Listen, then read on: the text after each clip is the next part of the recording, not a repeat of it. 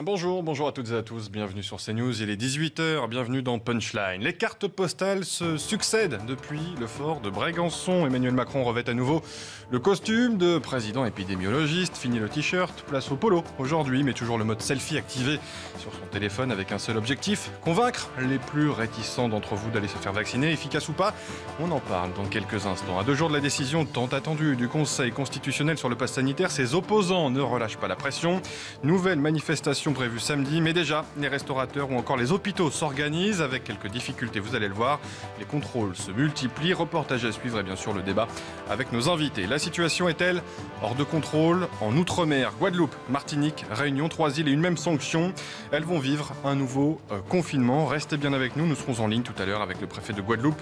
Ce sera dans un peu moins d'1 heure. Vous êtes dans Punchline, restez bien devant CNews. Mes invités ce soir, William Tay, bonjour. Bonjour. Président du think tank Le Millénaire, merci d'être avec nous. Thibaut Mercier, bienvenue sur ce plateau. Vous êtes avocat au barreau de Paris, président du Cercle Droit et Liberté.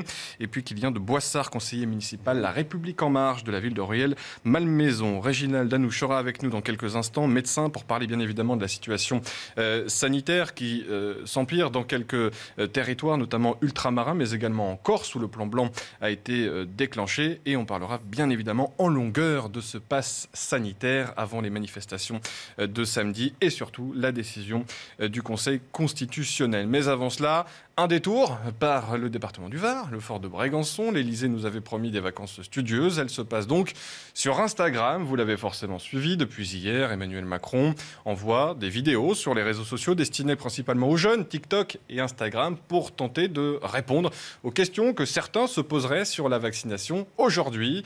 La réponse du président de la République s'est faite sur les potentiels effets secondaires. Écoutez le président de la République.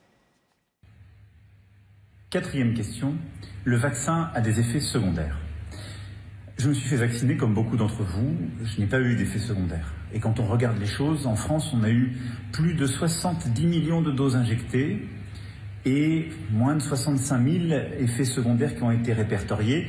Et parmi eux, une écrasante majorité d'effets secondaires extrêmement bénins, c'est-à-dire de la fatigue, un peu de fièvre qui dure 1 ou 2 jours. Les formes graves sont très très rares. À l'inverse, le Covid, lui, a tué plus de 4 millions de personnes depuis le début de l'épidémie. Selon l'Organisation mondiale de la santé, en fait, beaucoup plus. Pour être simple, vous avez plus de chances d'avoir des problèmes, de prendre des grands risques quand vous prenez votre voiture que quand vous vous faites vacciner. Je vous le dis sincèrement, la vaccination sauve des vies. Bien, on essaiera de voir tout à l'heure avec Réginald Danouche, le médecin qui sera présent sur ce plateau, si Emmanuel Macron déjà ne dit pas de bêtises, puisqu'il n'est pas épidémiologiste, encore moins médecin, mais a priori tout cela est parfaitement exact. Kylian de Boissard, vous représentez la majorité sur ce plateau. On va assister à ça tout l'été, Emmanuel Macron, vous le pensez, qui va distribuer ses cartes postales, ses avis sur la vaccination, répondre à ces questions que l'on lui pose sur les réseaux sociaux. Quel est le but final selon vous ? Le but, c'est très clairement d'atteindre, quoi qu'il arrive, les 100% de vaccination chez la population française. Il l'avait annoncé lors de sa première vidéo qu'en effet, il ferait au cours de l'été... Question candide de ma part, mais est-ce que ça va fonctionner avec les plus récalcitrants d'entre nous qui ne souhaitent pas se faire vacciner, ces messages postés et grainés par le président de la République? Le but, c'est de continuer à convaincre, puisque de toute façon, il n'y a qu'une seule porte de sortie pour cette crise sanitaire. Je pense qu'on est tous à bout. Ça fait plus d'1 an et demi que ça dure, qu'on est lancé dedans. Évidemment qu'il faut continuer à lancer ces messages. Il faut faire preuve de beaucoup de pédagogie. Il faut rester calme dans un sens aussi pour apaiser toutes les tensions qu'on peut avoir. Bien faire la part des choses entre les anti-vax, ceux qui ont encore des craintes, ceux qui sont hésitants et ceux qui ont quelque part pas le temps. Qui pensent à autre chose, qui veulent faire autre chose, surtout chez les jeunes, c'est ce qu'on voit. Mais oui, je pense que de toute façon, il faudra envoyer ces messages-là, que ce soit de sa part, du ministre de la Santé et tous les autres représentants politiques, des encouragements et des incitations à la vaccination, c'est sûr. Et j'en profite pour saluer Réginald Danouche qui vient d'arriver sur ce plateau. Vous êtes médecin. Oui. Vous faites piquer un peu votre job par le président de la République, là. Oui, mais c'est très bien. C'est très bien. Il apprend très vite, visiblement. Il est très bon. Donc, y a pas Vous avez regardé sa dernière vidéo? Oui, on vient de la diffuser. J'ai beaucoup aimé le t-shirt aussi. Il n'a pas dit de bêtises. Ah non, il n'a pas dit de bêtises. Bon, tant mieux. Bienvenue sur ce plateau. En tout cas, on va évidemment parler avec vous de la situation qui s'aggrave dans certains territoires. Oui. On en parlera notamment en ce qui concerne les territoires ultramarins. Sur la politique, William Tay, Emmanuel Macron est-il vraiment dans son rôle ? Dans son rôle de président de la République, il a tort de le faire. Mais malgré tout, le président de la République en France est aussi le chef de l'exécutif. Et en qualité de chef de l'exécutif, il doit assurer une priorité qui est d'atteindre l'immunité collective, donc atteindre environ 85 à 90% de la population vaccinée. Et dans ce sens-là, il a plutôt raison, parce que nous, ce qu'on observe, c'est qu'il y a 3 grandes fractures au niveau de la vaccination. Une fracture qui est sociale entre les communes riches et les communes pauvres, une fracture territoriale entre les communes du nord-ouest et les communes du sud-est, et également entre les grandes métropoles et les territoires plutôt ruraux. Et enfin, il y a une 3e fracture qui est entre les plus âgés et les plus jeunes. Et en fait, Emmanuel Macron, avec ce vecteur, notamment en parlant sur Instagram, en ayant un look plutôt décontracté, essaye d'inciter sur l'endroit où est-ce qu'il est le plus populaire quand on regarde les enquêtes d'opinion, donc de s'adresser aux plus jeunes. Et en ce sens-là, il essaie de les convaincre de ce que j'ai vu, et le médecin le confirme, c'est que son argumentaire scientifique est plutôt le bon. Et surtout, aujourd'hui, il est celui qui a la parole la plus forte pour s'adresser à ces personnes et notamment pour les convaincre. Parce qu'on n'a pas de haute autorité scientifique, hormis Jean-François Delfraissy, mais on n'imagine pas Jean-François Delfraissy convaincre les plus jeunes à aller se faire vacciner. C'est la preuve aussi du vide qui réside autour d'Emmanuel Macron. Et depuis le début de la pandémie, que ce soit le ministre de la Santé, que ce soit Jean-François Delfraissy, que ce soit le professeur Alain Fischer quand même, monsieur vaccin du gouvernement, Emmanuel Macron est seul, est obligé depuis le fort de Briançon, lors de ses vacances, d'envoyer justement ces messages. Est-ce que c'est quand même pas, je ne sais pas qui veut répondre à cette question, mais un échec de la part de l'exécutif? Seul Emmanuel Macron, et c'est peut-être le résumé de ce quinquennat, est capable de répondre aux interrogations, aux doutes, aux angoisses des Français. En fait, depuis l'élection de 2017, en fait, il a fait le vide autour de lui. En fait, dans le basculement de ce que lui appelle le nouveau monde, on a perdu les grandes figures politiques qui faisaient plutôt autorité dans ce pays. Donc, qui est capable aujourd'hui d'avoir une voix assez forte? Quand on regarde, encore une fois, les enquêtes d'opinion, on voit qu'il y a très peu de personnes qui sont connues et surtout qui sont jugées crédibles. Il y en a un, mais il n'est plus là, c'est Édouard Philippe, qui est premier dans toutes les enquêtes d'opinion. Mais il n'est plus Premier ministre, malheureusement, pour Emmanuel Macron. Donc, en fait, hormis lui, il n'y a aucune autre personne, que ce soit un ministre, que ce soit une figure. On a perdu Jérôme Salomon aussi, qui était l'ancien directeur général de la Santé dans le même temps. Donc en fait, il n'a personne capable de faire ce travail-là. Et Emmanuel Macron, il est à la fois responsable dans les deux sens. C'est-à-dire qu'il est responsable de sa politique, mais également responsable du fait qu'il n'y a personne autour de lui pour pouvoir porter ce type de message.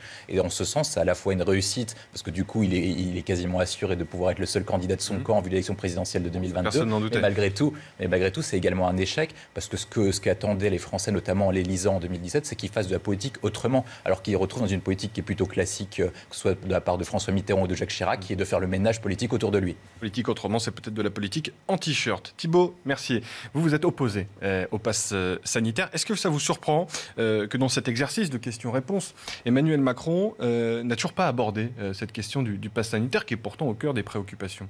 D'ailleurs, je pense que la question du pass sanitaire est plus au cœur des préoccupations que l'obligation vaccinale ou que le fait de se faire vacciner. On a tendance à réduire l'opposition, notamment toutes les manifestations qui sont données à des anti-vax. Je pense au contraire que c'est des opposants au pass sanitaire. C'est ce que nous sommes d'ailleurs avec le Cercle Droit et Liberté que je représente. Nous sommes contre le pass sanitaire puisqu'on considère que nous sommes dans un basculement de civilisation avec des restrictions vraiment graves à nos libertés et à nos droits qui sont justifiées cette fois-ci sur l'état de santé, notamment le fait de pouvoir justifier d'un bon état de santé sur la voie publique pour pouvoir jouir de nos droits et libertés. Et c'est là qu'on est dans un basculement. Est-ce qu'on a l'impression que Emmanuel Macron ne l'a pas saisi ou alors refuse d'aborder la question et il fait un peu la carotte et le bâton.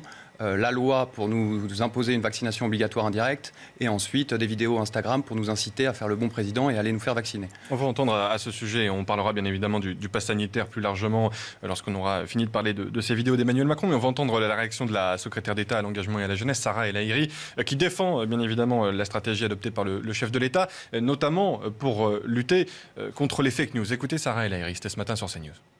Il faut casser aussi des fake news qui circulent et ça touche en particulier les jeunes. Vous avez vu dans les certain nombre de questions, la question sur est-ce qu'il y a de la 5G dans le vaccin, est-ce que ça rend stérile. Enfin, il y a énormément de bêtises qui circulent. Les jeunes en sont particulièrement touchés et donc le président de la République se mobilise sur l'ensemble des lieux, dans l'ensemble des endroits où les jeunes sont. Et au contraire, moi je trouve que c'est une très très bonne chose. C'est fake news, c'est 5G, c'est le fait que ça rend stérile. Enfin, non, mais c'est des vraies questions que l'on se pose. Est-ce que c'est une vue de l'esprit ou pas, Régine Dallouche? Est-ce que vous rencontrez, vous, des gens en tant que médecin qui vous posent ces questions réellement? Ou est-ce que c'est totalement marginal? Écoutez, je ne crois pas que ce soit marginal. Je pense que le problème, c'est un problème de pédagogie. Qui, aujourd'hui, fait de la pédagogie? Donc en fait, on peut l'attendre peut-être du ministre de la Santé, qu'il a fait au début. Il a fait, je me souviens très bien de sa première interview, il prenait un feuille de papier et il mettait des courbes. Au tout début, avec les courbes. Voilà. Et je pense que ce dont les gens ont besoin, c'est de pédagogie. Pourquoi ? Parce que la plupart, je suis d'accord avec vous, la plupart des gens qui défilent ne sont pas des anti-vax. Et puis j'aime pas ce mot anti-vax, ça fait réducteur. Il y a des tas de raisons pour lesquelles les gens, certaines personnes ne veulent pas se faire vacciner, mais il y en a en tout cas une qui est presque le corpus principal, c'est la peur. C'est la peur, parce qu'on entend tellement de choses. Il y a tellement d'échos. Vous parlez elle a parlé ce matin de la stérilité. Enfin, oui, ce matin de la stérilité. Ce qu'il faut dire, c'est pas de dire, mais tout ça, c'est n'importe quoi. Il y aura sur 50 millions de cas un homme ou une femme qui aura des problèmes de stérilité. C'est ça qu'il faut dire. Peut-être. On n'en est pas sûr. Aujourd'hui, quand on va sur les sites officiels et on regarde les effets indésirables, il y a des effets indésirables. La plupart sont transitoires, se résolvent après 3 jours. Il y a certaines personnes qui auront des effets plus graves, mais qui sont aussi résolutoires. On a regardé ce qui s'est passé en Grande-Bretagne, ce qui s'est passé en Israël, où il y a eu des paralysies faciales. Au bout de 3 jours, il n'y avait plus de paralysie faciale. Donc, il ne faut pas dire non, il ne faut pas rejeter et les traiter comme si c'était des... Non, non, ils ont raison de faire attention, mais il faut leur répondre. Et il faut aussi leur répondre de façon un peu plus complète. La première réponse, c'est qu'il faut savoir qu'il y a à peu près entre 10 et 25% des gens qui vont contracter le Covid, qui vont faire des Covid longs. Alors, les Covid longs, c'est pas très très drôle, parce que c'est effectivement la perte du goût de l'odorat. Et qui touche toute la population. Et qui touche toute la population. Compris. Et plus inquiétant pour le Delta, ça touche une population plus jeune. C'est-à-dire des gens qui n'ont aucun facteur de comorbidité, qui vont avoir une réaction immunitaire très forte face au Covid, au virus lui-même, à ce variant, et qui peuvent avoir une maladie, une forme grave. Hein. La plupart des gens qui sont aujourd'hui hospitalisés en réanimation, la plupart n'étaient pas vaccinés. Et je crois même, j'ai noté ça, ça m'a impressionné, c'est la moyenne d'âge. Hein, la moyenne d'âge a beaucoup baissé. Hein. On était... L'année dernière, on était en moyenne au-dessus de 65 ans. Après, on est passé à 62. Maintenant, on est à 45 et on est passé par 58. Donc là, on s'aperçoit que les gens touchés sont de plus en plus jeunes. Et c'est le message qu'on peut leur porter. Oui, vous avez raison d'avoir peur et de vous poser des questions. Moi, je passe du temps à expliquer ce que c'est qu'un ARN messager. Qu'est-ce que c'est qu'un virus inactivé? Qu'est-ce que c'est qu'une séquence de spike dans un... Les gens sont capables de comprendre ça. Il suffit tout simplement de leur expliquer. Et de faire de la pédagogie. Voilà. Ce que tente et de la faire, pédagogie, c'est ce qui manque le plus. Ce que tente de faire Emmanuel Macron. Mais il n'est pas le seul. Son audience, bien sûr, est plus importante que beaucoup de ceux qui essayent, évidemment, de convaincre les Français de se faire vacciner. Mais le sujet parallèle à celui-ci, bien sûr, c'est le pass sanitaire. Et on va voir, certains le prennent avec... humour, philosophie, peut-être un grain de fatalité. On va regarder cette vidéo postée sur ses réseaux sociaux par le chef médiatique et célèbre Philippe Etchebest. Vous allez le voir. Il est prêt à Bordeaux, dans son restaurant Le 4e Mur, pour accueillir ses clients avec un pass sanitaire. Regardez, puis on en débat plus sérieusement ensuite.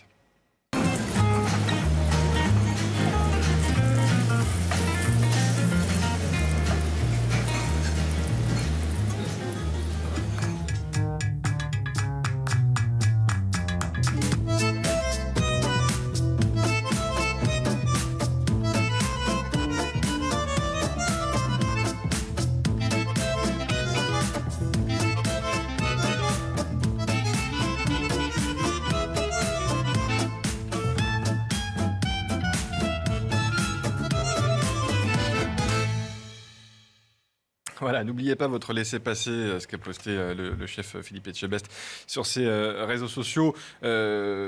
Thibault Mercier, c'est une façon de prendre avec philosophie l'entrée en vigueur du pass sanitaire. On le voit quelque part, c'est fait avec humour, avec dérision. Il se déguise, il se met dans le costume du gendarme de Saint-Tropez pour accueillir ses clients. Mais on le voit, vous qui êtes opposé au pass sanitaire, ça n'a pas l'air si compliqué en tout cas à mettre en œuvre. C'est pas, je ne pense pas que Philippe Etchebest prenne ça avec philosophie. Au contraire, il veut montrer la caricature, mais en montrant l'absurdité de cette mesure. Et d'ailleurs, ça a été montré par le défenseur des droits, aussi une personne beaucoup plus sérieuse, qui nous a dit, qui nous a sorti un avis il y a 1 semaine ou 2, en nous donnant 10 points d'alerte sur ce pass sanitaire, et notamment sur le fait que des citoyens seront amenés à appliquer des mesures de police, c'est-à-dire vérifier un pass sanitaire et potentiellement une carte d'identité. Et c'est là où il y a un souci, c'est qu'en fait, chaque citoyen va devenir le policier de l'autre, et ça crée quand même des des soucis démocratiques, des Ce soucis que nous disent les restaurateurs, on entendra Stéphane Manigold peut-être dans quelques instants, c'est qu'ils vont simplement vérifier le pass sanitaire sans pour autant contrôler ou appeler la police ou faire de la délation. Et on le voit quelque part dans cette vidéo. Vous avez raison, Philippe Etchebest a été assez critique à l'encontre de cette mesure, de ce dispositif. Mais on le voit dans les faits, c'est pas si compliqué à mettre en œuvre, malgré les craintes et les doutes de certains. Quand vous avez une terrasse avec 50 ou 100 personnes dessus, je pense que c'est assez compliqué pour le restaurateur d'appliquer ces mesures. Et d'ailleurs, le serveur aussi va être obligé de les appliquer. Donc ça va remettre en cause une certaine liberté du commerce et de l'industrie. C'est des atteintes assez graves qui sont portées. Il ne faut pas relativiser ce type d'atteinte. Et il faut réfléchir à la proportion des mesures par rapport au but recherché. Est-ce qu'on est obligé de faire que tout un chacun soit le policier de l'autre pour lutter contre le virus? Je ne crois pas. Un peu plus de pédagogie serait utile à mon avis. Oui, mais tout sauf le reconfinement. C'est-à-dire que moi, je veux bien tout.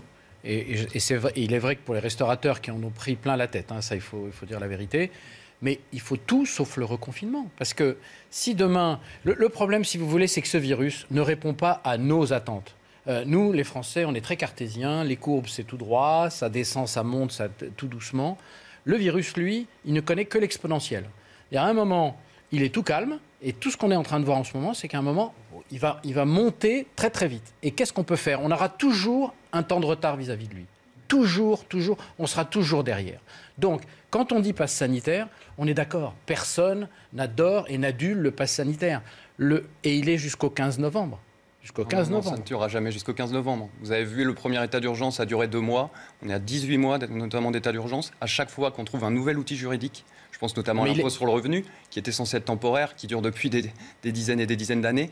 À mon avis, ce type d'outil juridique qui permet un contrôle social, finalement, de la population, restera et sera utilisé dans d'autres cas que le Covid-19. Et si on commence à l'utiliser pour le Covid-19, est-ce que ça va pas être demain pour la grippe ou le Covid-21 ou un SARS, je ne sais quoi? Et c'est là des questions qu'il faut nécessairement se poser. Vers quelle société veut-on aller? Une société de la vigilance généralisée et du contrôle social ou une société de liberté? Je n'ai pas forcément la réponse, mais c'est quand même des questions qu'il est nécessaire d'aborder sur le débat public. Et c'est vrai que la question est légitime et peut se poser, Kylian Boissard, comment s'assurer de l'utilisation de ce pass sanitaire dans un simple cadre et qui soit garanti uniquement pour le contrôle de la vaccination de la Covid-19 et pas effectivement par un pouvoir qui serait plus autoritaire à l'avenir dans d'autres situations? Ça, c'est tout simplement le Parlement qui s'en occupe, le Conseil constitutionnel derrière qui va vérifier, qui encadre. Certes, il y a des mesures, d'autres projets de loi beaucoup plus anciens qui ont certes duré dans le temps, mais là, on est face à une situation beaucoup plus grave. Le pass sanitaire, monsieur le disait, personne ne le fait par plaisir. C'est si demain on pouvait s'en passer, l'arrêter, sortir de l'état d'urgence sanitaire, etc., évidemment qu'on irait. Le contrôle du pass par les restaurateurs, ça va tous les emmerder. Dans les cinémas, pareil. Sauf qu'il y a un moment, c'est... Comment on met des bornes au-delà de dire que c'est le Parlement, évidemment, qui va jouer son rôle, le Conseil constitutionnel aussi, on en reparlera. Vous avez déposé un dossier, alors ça s'appelle une porte étroite, c'est ça, dans des termes juridiques, vous allez nous l'expliquer. Mais comment s'assurer que tout cela soit bien borné et garanti dans le temps pour ne pas être utilisé à mauvais escient par d'autres pouvoirs, d'autres autorités dans le futur? Là, c'est le moment où il faut juste avoir confiance et croire dans ces institutions politiques, ces institutions de contrôle. C'est difficile de dire, à entendre... aussi pour les gens, l'IMT, qui manifestent chaque samedi depuis plusieurs semaines maintenant, il faut avoir confiance. Difficile dans le climat politique dans lequel nous sommes. C'est sûr, mais il y a un outil qui reste quand même assez simple, c'est le vote. On est dans un pays où on vote quand même assez régulièrement. C'est les présidentielles dans moins d'un an. On vote quasiment, on a quasiment une élection par an en France. Si vraiment les gens voulaient changer les choses, on le sait, c'est d'une facilité absolue de changer le pouvoir en place. Et c'est intéressant de ce que vous dites, parce que est-ce qu'aujourd'hui on manifeste contre le pass sanitaire ou l'IMT, ou est-ce qu'on manifeste contre le pouvoir en place? Il y a un peu tout. Les deux. Voilà. Les deux, en fait, on manifeste contre les deux. Quand on regarde la sociologie, en fait, il y a à peu près quatre grandes catégories des manifestants. Et la première partie, c'est la plus minoritaire, c'est les anti-vax. Le grand cœur fait partie, ce sont ceux qui manifestent contre le pass sanitaire. Ensuite, il y a une troisième partie qui est composée de gilets jaunes. Et enfin, il y a une quatrième partie qui défile, mais contre toutes les élites, que ce soit politiques, médiatiques. On a vu les conséquences sur les journalistes qui essayaient de couvrir les manifestations, ou même des gens qui manifestent contre les lieux financiers, etc. Donc en fait, la difficulté maintenant, ça va être de comment faire pour répondre à ces personnes, parce que pour atteindre l'immunité collective, notamment entre 85 et 90%, il faut parler aux plus récalcitrants. Donc dans ce sens, Emmanuel Macron a raison de s'adresser aux jeunes auxquels il a une portée forte. Par contre, je pense que sur le reste, il n'a aucune crédibilité, sa parole ne prendra absolument pas. Donc il faudra passer par d'autres relais. Le premier, ce sont les acteurs locaux. notamment les élus locaux, les maires, etc. La deuxième partie sont les influenceurs. Et troisième partie, ça va être les médecins généralistes qui pourront inciter à vacciner. C'est plus le président de la République. Le président de la République se limitera uniquement à donner un cadre général pour avoir, entre guillemets, j'insiste dessus, une vérité officielle sur laquelle on pourra se référer facilement, notamment parce qu'il est difficile aujourd'hui comme citoyen d'avoir toutes les bonnes informations parce que c'est difficile de faire un tri. Ensuite, sur la question du pass sanitaire, moi je pense que les gens ont défilé premièrement pour la liberté, mais pour une deuxième raison qui est majeure, c'est la question de l'égalité.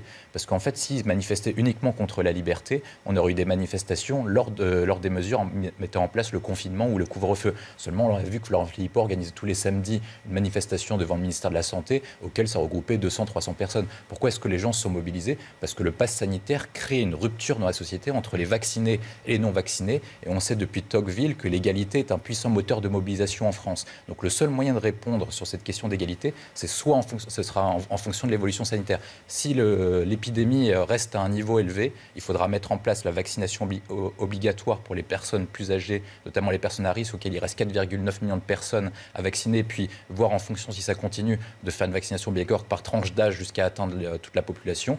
Par contre, si la crise sanitaire diminue, notamment comme on observe dans les courbes du Royaume-Uni, il faudra retirer une partie des mesures. Notamment, je pense à deux parties. La question du pass sanitaire pour les collégiens et lycéens et dont le protocole de Jean-Michel Blanquer, et la deuxième partie sur la question des lieux de vie quotidiens, bar et terrasses. Je pense que c'est ces deux points. Et puis après, il y a une troisième mesure qui peut être complémentaire, ça va être de remettre en place les tests PCR gratuits pour ne pas créer une rupture entre la France des vaccinés et la France des non-vaccinés. Thibault Mercier, est-ce que, comme vient de le dire William Tay, on peut avoir ce pass sanitaire pendant un temps restreint, jusqu'au 15 novembre, vous ne semblez pas y croire, et puis finalement sortir de ces mesures pour arriver à une situation qui arriverait presque à la normale grâce au taux de vaccination qui augmenterait, ou vous n'y croyez pas du tout? Pour vous, le pass sanitaire est pérenne, durable? Je ne suis pas devin, mais je remarque en général que ça fait 1 an et demi que l'État nous dit qu'on est en situation exceptionnelle. Après 18 mois, ce qui est vrai. Ce n'est plus aussi vrai qu'en mars 2020. Et regardez, on en parlera, on sera avec le préfet de Guadeloupe tout à l'heure. Sauf que désormais, on connaît le virus, on sait qu'il fonctionne par vagues. Et on sait qu'il y a un vaccin. On sait qu'il y a un vaccin, on sait qu'on peut aussi donner des crédits à l'hôpital, créer des places en réanimation, des choses comme ça. On sait comment lutter. Et il est illégitime que depuis 18 mois, le gouvernement ait les pleins pouvoirs pour gouverner par décret, en ayant mis de côté la représentation nationale. Et on voit bien d'ailleurs que Emmanuel Macron nous a annoncé le 12 juillet des annonces, alors que rien n'avait été débattu de manière démocratique, et que ça a eu un effet impressionnant et qui est complètement antidémocratique, puisque le Parlement n'avait pas encore été consulté. Je vais peut-être un peu complexifier le débat, si vous me le permettez. Allez-y. Parce que le temps du virus, ce n'est pas le temps démocratique, malheureusement. C'est-à-dire que lui, si vous voulez, les recours, les votes... Alors, nos droits et nos libertés doivent fonctionner même en temps de crise. C'est là quand même, il faut le rappeler, parce que voilà, les juristes, on est les sentinelles des libertés, et on a l'impression que le gouvernement nous a complètement mis de côté pour écouter seulement les experts scientifiques, médecins, et il faut quand même remettre un peu d'équilibre dans la balance politique, et ne pas voir tout par la lorgnette. Non, moi je vous parle de ce qui se passe aujourd'hui. Ce qui se passe aujourd'hui, c'est qu'on est déjà en train de se poser la question de la 3e injection, qui va poser un problème de dose et qui va poser des problèmes d'organisation. Parce que je vous rappelle quand même qu'aujourd'hui, on utilise des lieux publics et des lieux d'école pour vacciner, qu'à la rentrée, il faudra qu'on ferme ces lieux-là. Et si on a une 3e injection à faire, il va y avoir des problèmes de stock. Plus l'augmentation de prix qui est prévue. Donc on est en train... Il y a une vraie course aujourd'hui. Donc soit on dit, effectivement, on a un vrai problème de démocratie et ce pass sanitaire est une entorse très forte.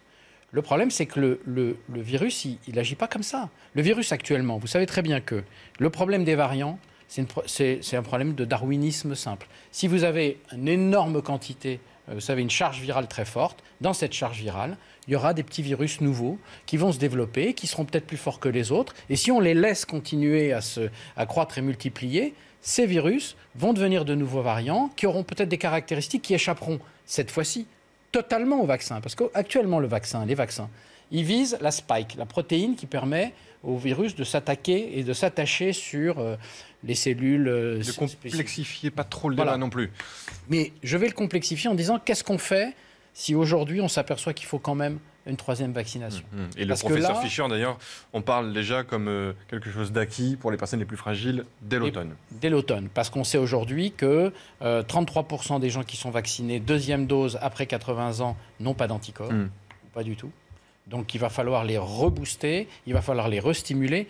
Donc notre problème, c'est un problème à plusieurs entrées avec une complexité très très forte. J'espère que les non-convaincus seront convaincus. Et de se dire que qu'est-ce qui va m'arriver dans 15 ans avec l'ARN messager, aujourd'hui, personne ne peut répondre à ça. Là, on est sur le vaccin, mais sur le pass sanitaire, pour en revenir à ce que vous disiez, est-ce que le temps de la démocratie est-elle à mettre en parallèle avec le temps du virus? Il y a quand même le Conseil constitutionnel. Vous avez vous-même déposé un recours, on va appeler ça comme ça, pardon, de vulgariser le vocabulaire de juriste que vous êtes, mais le Conseil constitutionnel, ce n'est pas rien. On va attendre la décision qui sera rendue jeudi, et c'est quand même une borne démocratique forte, le Conseil constitutionnel. Emmanuel Macron n'a pas décidé tout seul, et les parlementaires voteront aussi. Donc il y a quand même des bornes démocratiques mises en place. Par le Premier ministre, le Conseil constitutionnel d'ailleurs. Oui. Et des députés aussi de gauche. Oui, Alors, tout. c'est un très bon point de rappeler qu'il existe des garde-fous dans cette démocratie, qui sont le Parlement, le Conseil d'État et le Conseil constitutionnel. Ce qu'on voit, ce qu'on remarque, notamment depuis 1 an et demi, c'est que ces garde-fous sont inefficaces et ont validé l'ensemble des mesures prises par le gouvernement. Et parfois en tordant le droit de manière vraiment impressionnante. À quoi faites-vous référence? Je pense aux attestations, je pense au confinement répété, je pense même je pense au couvre-feu. Il n'y avait pas un consensus juridique autour de ces mesures. Il y a beaucoup de juristes qui se sont inquiétés de l'ensemble de ces mesures. Et ce qu'on remarque, c'est que depuis 1 an et demi, la jurisprudence du Conseil d'État et du Conseil constitutionnel place le droit à la protection de la santé au-dessus de tous les autres droits et libertés. Et donc, ce droit à la protection de la santé permet de tordre tout l'ensemble de nos autres droits et libertés. Et c'est là où on peut se poser la question de cette société qui devient un peu une société hygiéniste. Je pense qu'aussi, c'est des considérations qui sont à prendre en compte, notamment chez les manifestants le samedi. Ils se battent aussi contre cette société hygiéniste, cette société du risque zéro, qui nous fait perdre notre capacité de résilience et notre capacité de confiance dans le futur. Et si on commence à dire que la santé... Excusez-moi, mais allez jusqu'au bout. Ça veut dire quoi exactement? Ça veut dire qu'on peut admettre un certain taux de décès? Mais alors attendez, pas de fausse culpabilisation. Ah non, mais je ne sais pas de culpabiliser, j'essaie de comprendre. Regardez, typiquement, André Comte-Sponville nous disait que le cycle naturel de la vie, c'est quand même que les personnes âgées meurent avant les plus jeunes.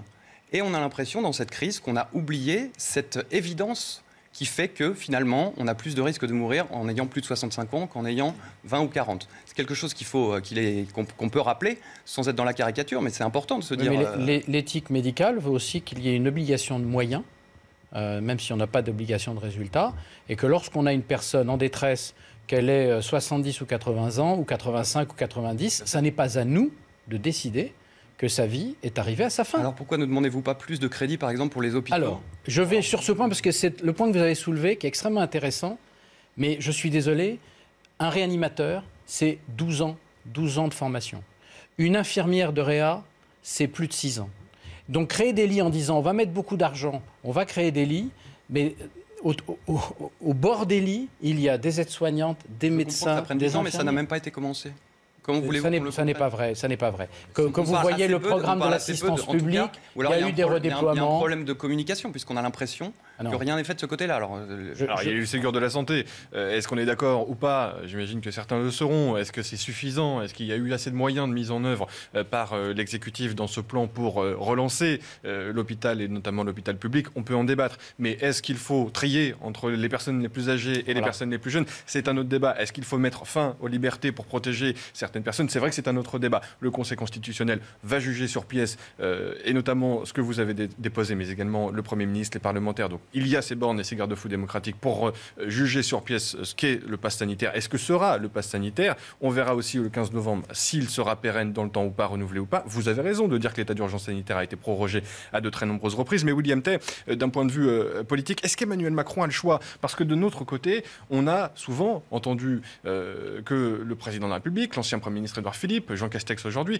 avaient aussi un risque pénal dans leurs décisions. C'est-à-dire que ce n'est pas anodin de prendre des décisions, de laisser mourir des gens ou de les protéger. Est-ce qu'il y a aussi ça, forcément, en tête dans l'exécutif et chez Emmanuel Macron le premier ?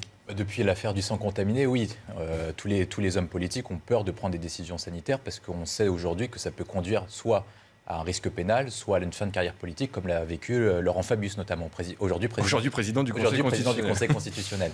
Donc, mais je vais revenir sur ce point-là. La question qu'on a actuellement dans une démocratie, notamment ce qu'on fasse toutes les démocraties libérales occidentales, c'est qu'en fait, elles doivent allier la question de l'efficacité et donc prendre des mesures qui soient rapides et qui donnent des résultats rapides tout en respectant le cadre démocratique. Autant on peut critiquer Emmanuel Macron sur le début de la crise sanitaire où il a décidé de gouverner quasiment tout seul, par ordonnance ou par décret, en allant très rapidement. Autant sur ce dernier point, même si moi j'ai mis des réserves sur la question du pass sanitaire, il a quand même eu un débat démocratique qui a duré une semaine et donc il a réussi à la fois à allier la question de l'efficacité et ensuite dans le respect du cadre démocratique parce qu'il a dû avoir un accord bipartisan entre l'Assemblée nationale dominée par la majorité présidentielle et également par le Sénat dominé par les Républicains. Donc les Républicains ont mis des garde-fous notamment sur la question du licenciement et sur des autres mesures comme la question des sanctions. Donc sur ce point-là, on ne peut pas le critiquer spontanément. Ensuite après, est-ce que le Conseil constitutionnel et le Conseil d'État ont développé la jurisprudence? On sait depuis la décision liberté d'association depuis 1971 que le Conseil constitutionnel est libre dans son appréciation et donc décide d'apprécier librement. Et aujourd'hui, ce qu'il essaye d'opérer, c'est une conciliation des priorités. Est-ce que la protection des individus doit être maximale?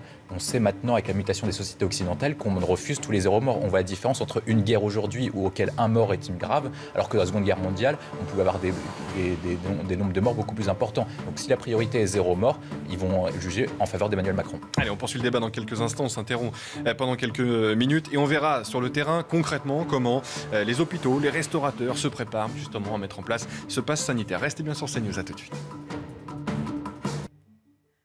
Bien, le pass sanitaire, on en parlait il y a quelques secondes, on va continuer d'en parler, mais on va aller voir sur le terrain, effectivement, comment ça se passe, et notamment du côté du Touquet, où les contrôles se multiplient déjà. On va voir la réaction, justement, de ces personnes contrôlées par les autorités, parce qu'il faut déjà, dans plusieurs endroits, montrer son pass sanitaire. Vous nous donnerez, bien entendu, votre avis, Thibault Mercier, vous qui combattez, je le rappelle pour ceux qui n'étaient pas dans la première partie de l'émission, ce pass sanitaire, vous qui avez déposé un recours auprès du Conseil constitutionnel. Reportage de Charles Iserman, dans cette ville du Touquet que connaît bien le président de la République notamment.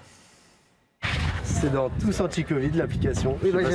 Depuis samedi dernier, Mathias contrôle les passes sanitaires devant l'entrée de ce restaurant du Touquet. Pour ce serveur, fini le service en terrasse. Et clairement, servir c'est mieux, il y a plus de contact avec les clients. Après, là, à l'entrée, on trouve quand même des gens super sympas. On en a vraiment très peu qui nous disent bah c'est pas obligatoire, je rentre. D'accord, rentrer, mais à partir du 9 août, ce sera plus possible. Jusqu'au 9 août, il est encore possible de manger sans son QR code.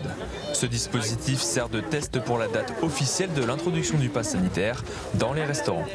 Ça permet à la clientèle de se roder, nous aussi. Comme ça permet d'être prêt pour le 9 août. Ça nous prend du temps pour l'entrée. C'est moins fluide qu'à l'époque, mais d'un point de vue sanitaire, c'est une bonne chose pour la sécurité. Cette sécurité, les clients en sont très contents. Ça rassure, c'est normal, on est dans une période comme ça, il faut s'habituer à vivre avec ces contraintes. Je trouve que c'est beaucoup plus tranquille et safe de se dire ok, tout le monde a le pass sanitaire. Ce pass sanitaire reste une crainte pour de nombreux autres restaurants. Le syndicat des métiers de la restauration redoute des fermetures temporaires. Question médicale, docteur Alouche. Est-ce que c'est bien efficace d'imposer un pass sanitaire sur une terrasse en plein air, comme on vient de le voir au Touquet? Alors, un vrai risque de circulation du virus en plein air? Oui. Le variant Delta, malheureusement, en plein air, passe très bien. Il est très, aussi, on a changé de paradigme, en fait. L'air voilà, n'est plus... Au début, on se disait c'est ridicule. Il se trouve qu'à l'extérieur, le variant Delta est contagieux.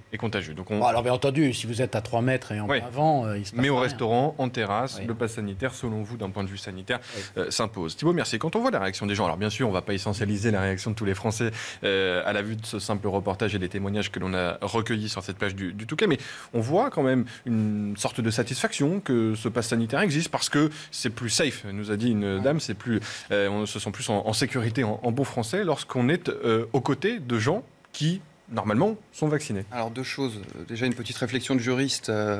Je note qu'imposer ce pass sanitaire, pour l'instant, est totalement illégal dans les restaurants. C'était un test. C'est un test, mais on lit que dans la presse notamment que certains restaurateurs ont déjà commencé à refuser des clients s'ils ne pouvaient pas présenter leur pass sanitaire. Pour l'instant, c'est un délit pénal d'imposer le pass sanitaire à un endroit. Rassurez-nous, vous n'avez pas porté plainte contre le restaurant du Touquet. Bon.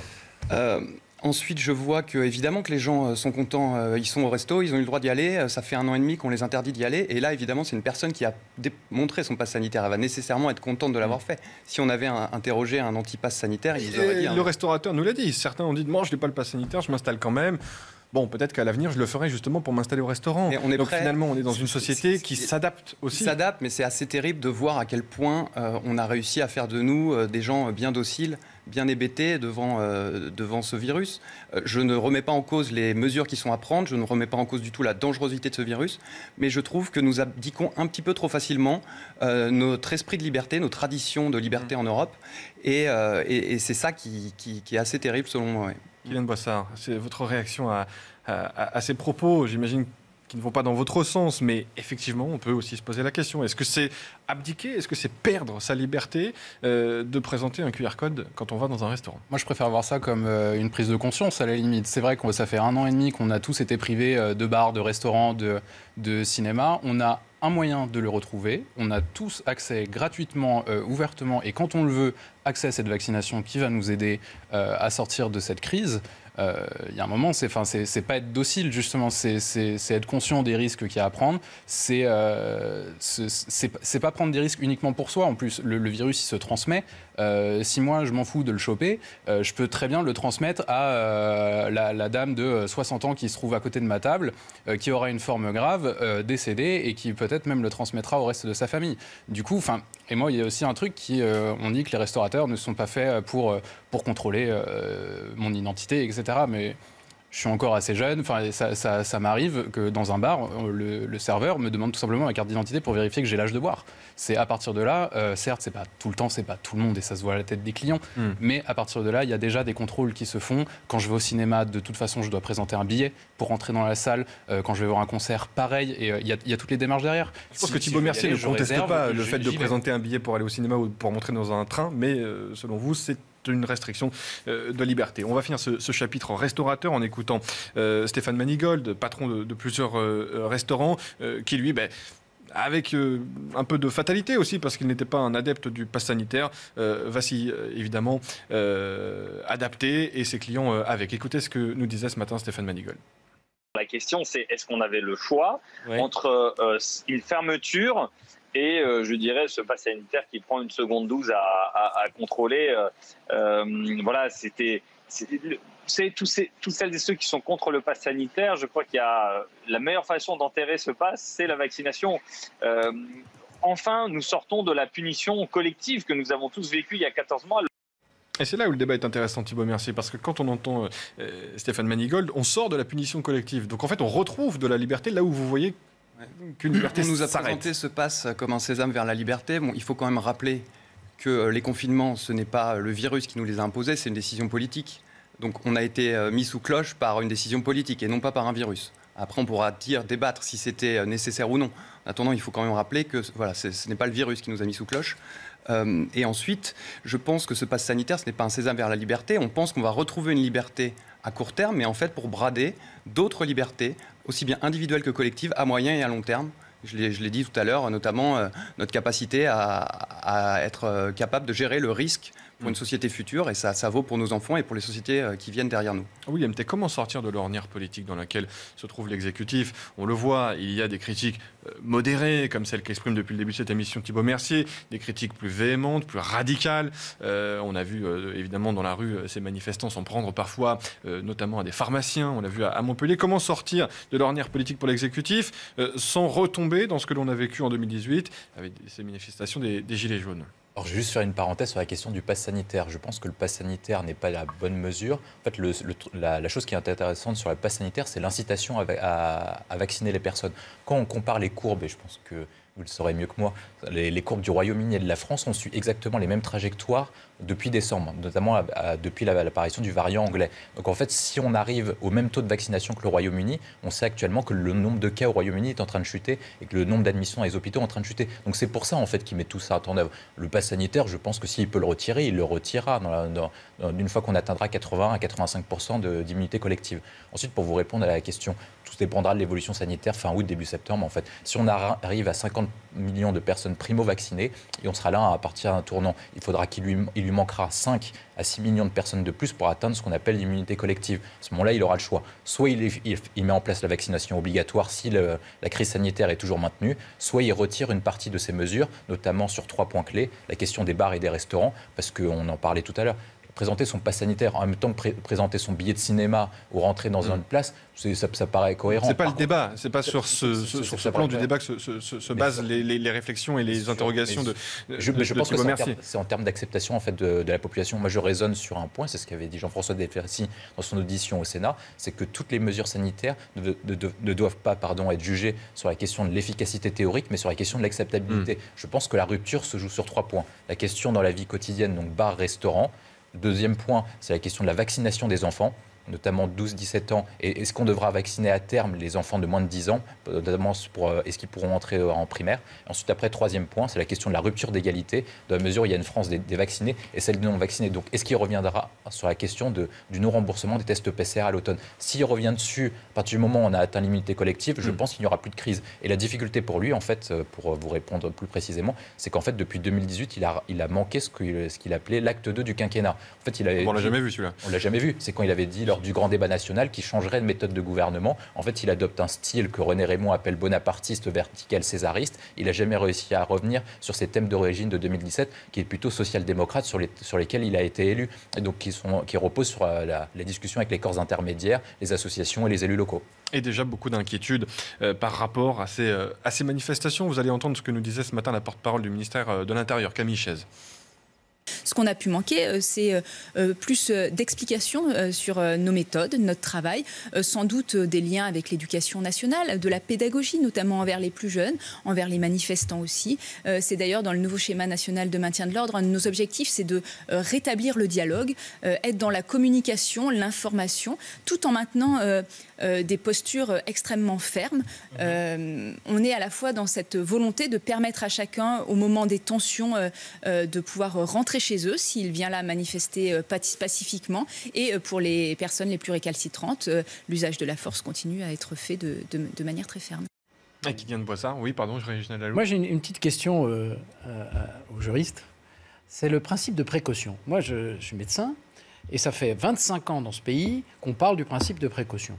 Donc si on applique le principe de précaution, mais là je fais de la provocation pure, à dessein. On devrait dire « Ah ben non, pas de restaurant, pas de bar ». On n'aurait jamais dû adopter ce principe. Voilà. Donc je veux dire que l'argument juridique qui est de dire c'est une atteinte à nos libertés, bien sûr que c'est une atteinte à nos libertés. Je termine. Et qu'il faut laisser, arrêtons l'hygiénisme, et il faut laisser un peu faire la nature, et puis accepter qu'il y a un certain nombre de gens qui ne survivront pas à cette crise, alors que nous avons inscrit, je crois que c'est dans la Constitution le principe de précaution, je ne voudrais pas dire de bêtises, alors que nous avons inscrit ce principe qui est que, justement, si nous savons que le variant Delta est très contagieux, même à l'extérieur, nous devrions, selon ce principe, fermer les bars, les restaurants, les cinémas et tous les lieux publics. Bref, retour au confinement. C'est une question de curseur. Où place-t-on le curseur? Et justement, est-ce que c'est pas un curseur? Attendez, alors là, à ce moment-là, je ne suis plus d'accord avec vos remarques. Écoutez, vous êtes évidemment, vous êtes dans l'œil du cyclone, vous êtes médecin, vous avez prêté le serment d'Hippocrate, forcément, votre but, c'est de soigner. Oui. Définitivement, oui. Voilà, c'est très bien, et je le comprends tout à fait. En revanche, le politique, ce n'est pas que la santé, c'est autre chose, c'est le social, c'est l'économique. Et quand on met un pays sous cloche et par exemple, on plombe son économie, comment on va payer l'hôpital dans les 10-15 prochaines années? Il faut aussi se donner les moyens pour... Absolument d'accord. C'était provocateur à dessein. Mais je pense qu'on place le curseur du principe de précaution mais je un peu pense trop que loin. cette crise du Covid, peut-être, devrait nous faire réfléchir sur l'importance de la pédagogie et de la prévention en termes de santé. pédagogie et prévention. Les Français sont des gens éduqués, ils ont une intelligence, il y a une intelligence française, et de l'autre côté, mettre de côté peut-être ce principe de précaution qui empêche tout dans la recherche et le développement, qui empêche mais un nombre de choses que vous n'imaginez pas en termes de recherche. Je suis d'accord avec vous. Et je pense, et là, je crois que c'est vraiment un des axes de travail de l'après-Covid. Et c'est de revenir à une société dynamique, pas une société peureuse. Parce qu'on la voit, la société peureuse aujourd'hui. Parce que les gens ont peur. Et ont peur de quoi? Ont peur du vaccin ou ont peur de la maladie? Moi, je suis désolé, je ne fais pas partie... On a vu hier, vous savez, cette personne qui détruit le truc du pharmacien. Ouais. Attendez, c'est un type d'âge mûr. Franchement, je ne pense pas que ce soit ni un violent, ni un idiot, ni un... C'est tout simplement quelqu'un qui a peur. Et qui exprime sa peur avec violence. Parce que la violence... C'est un bon avocat. Non, mais... Non, parce qu'on l'a stigmatisé, et on le voyait à dessein, on le voyait.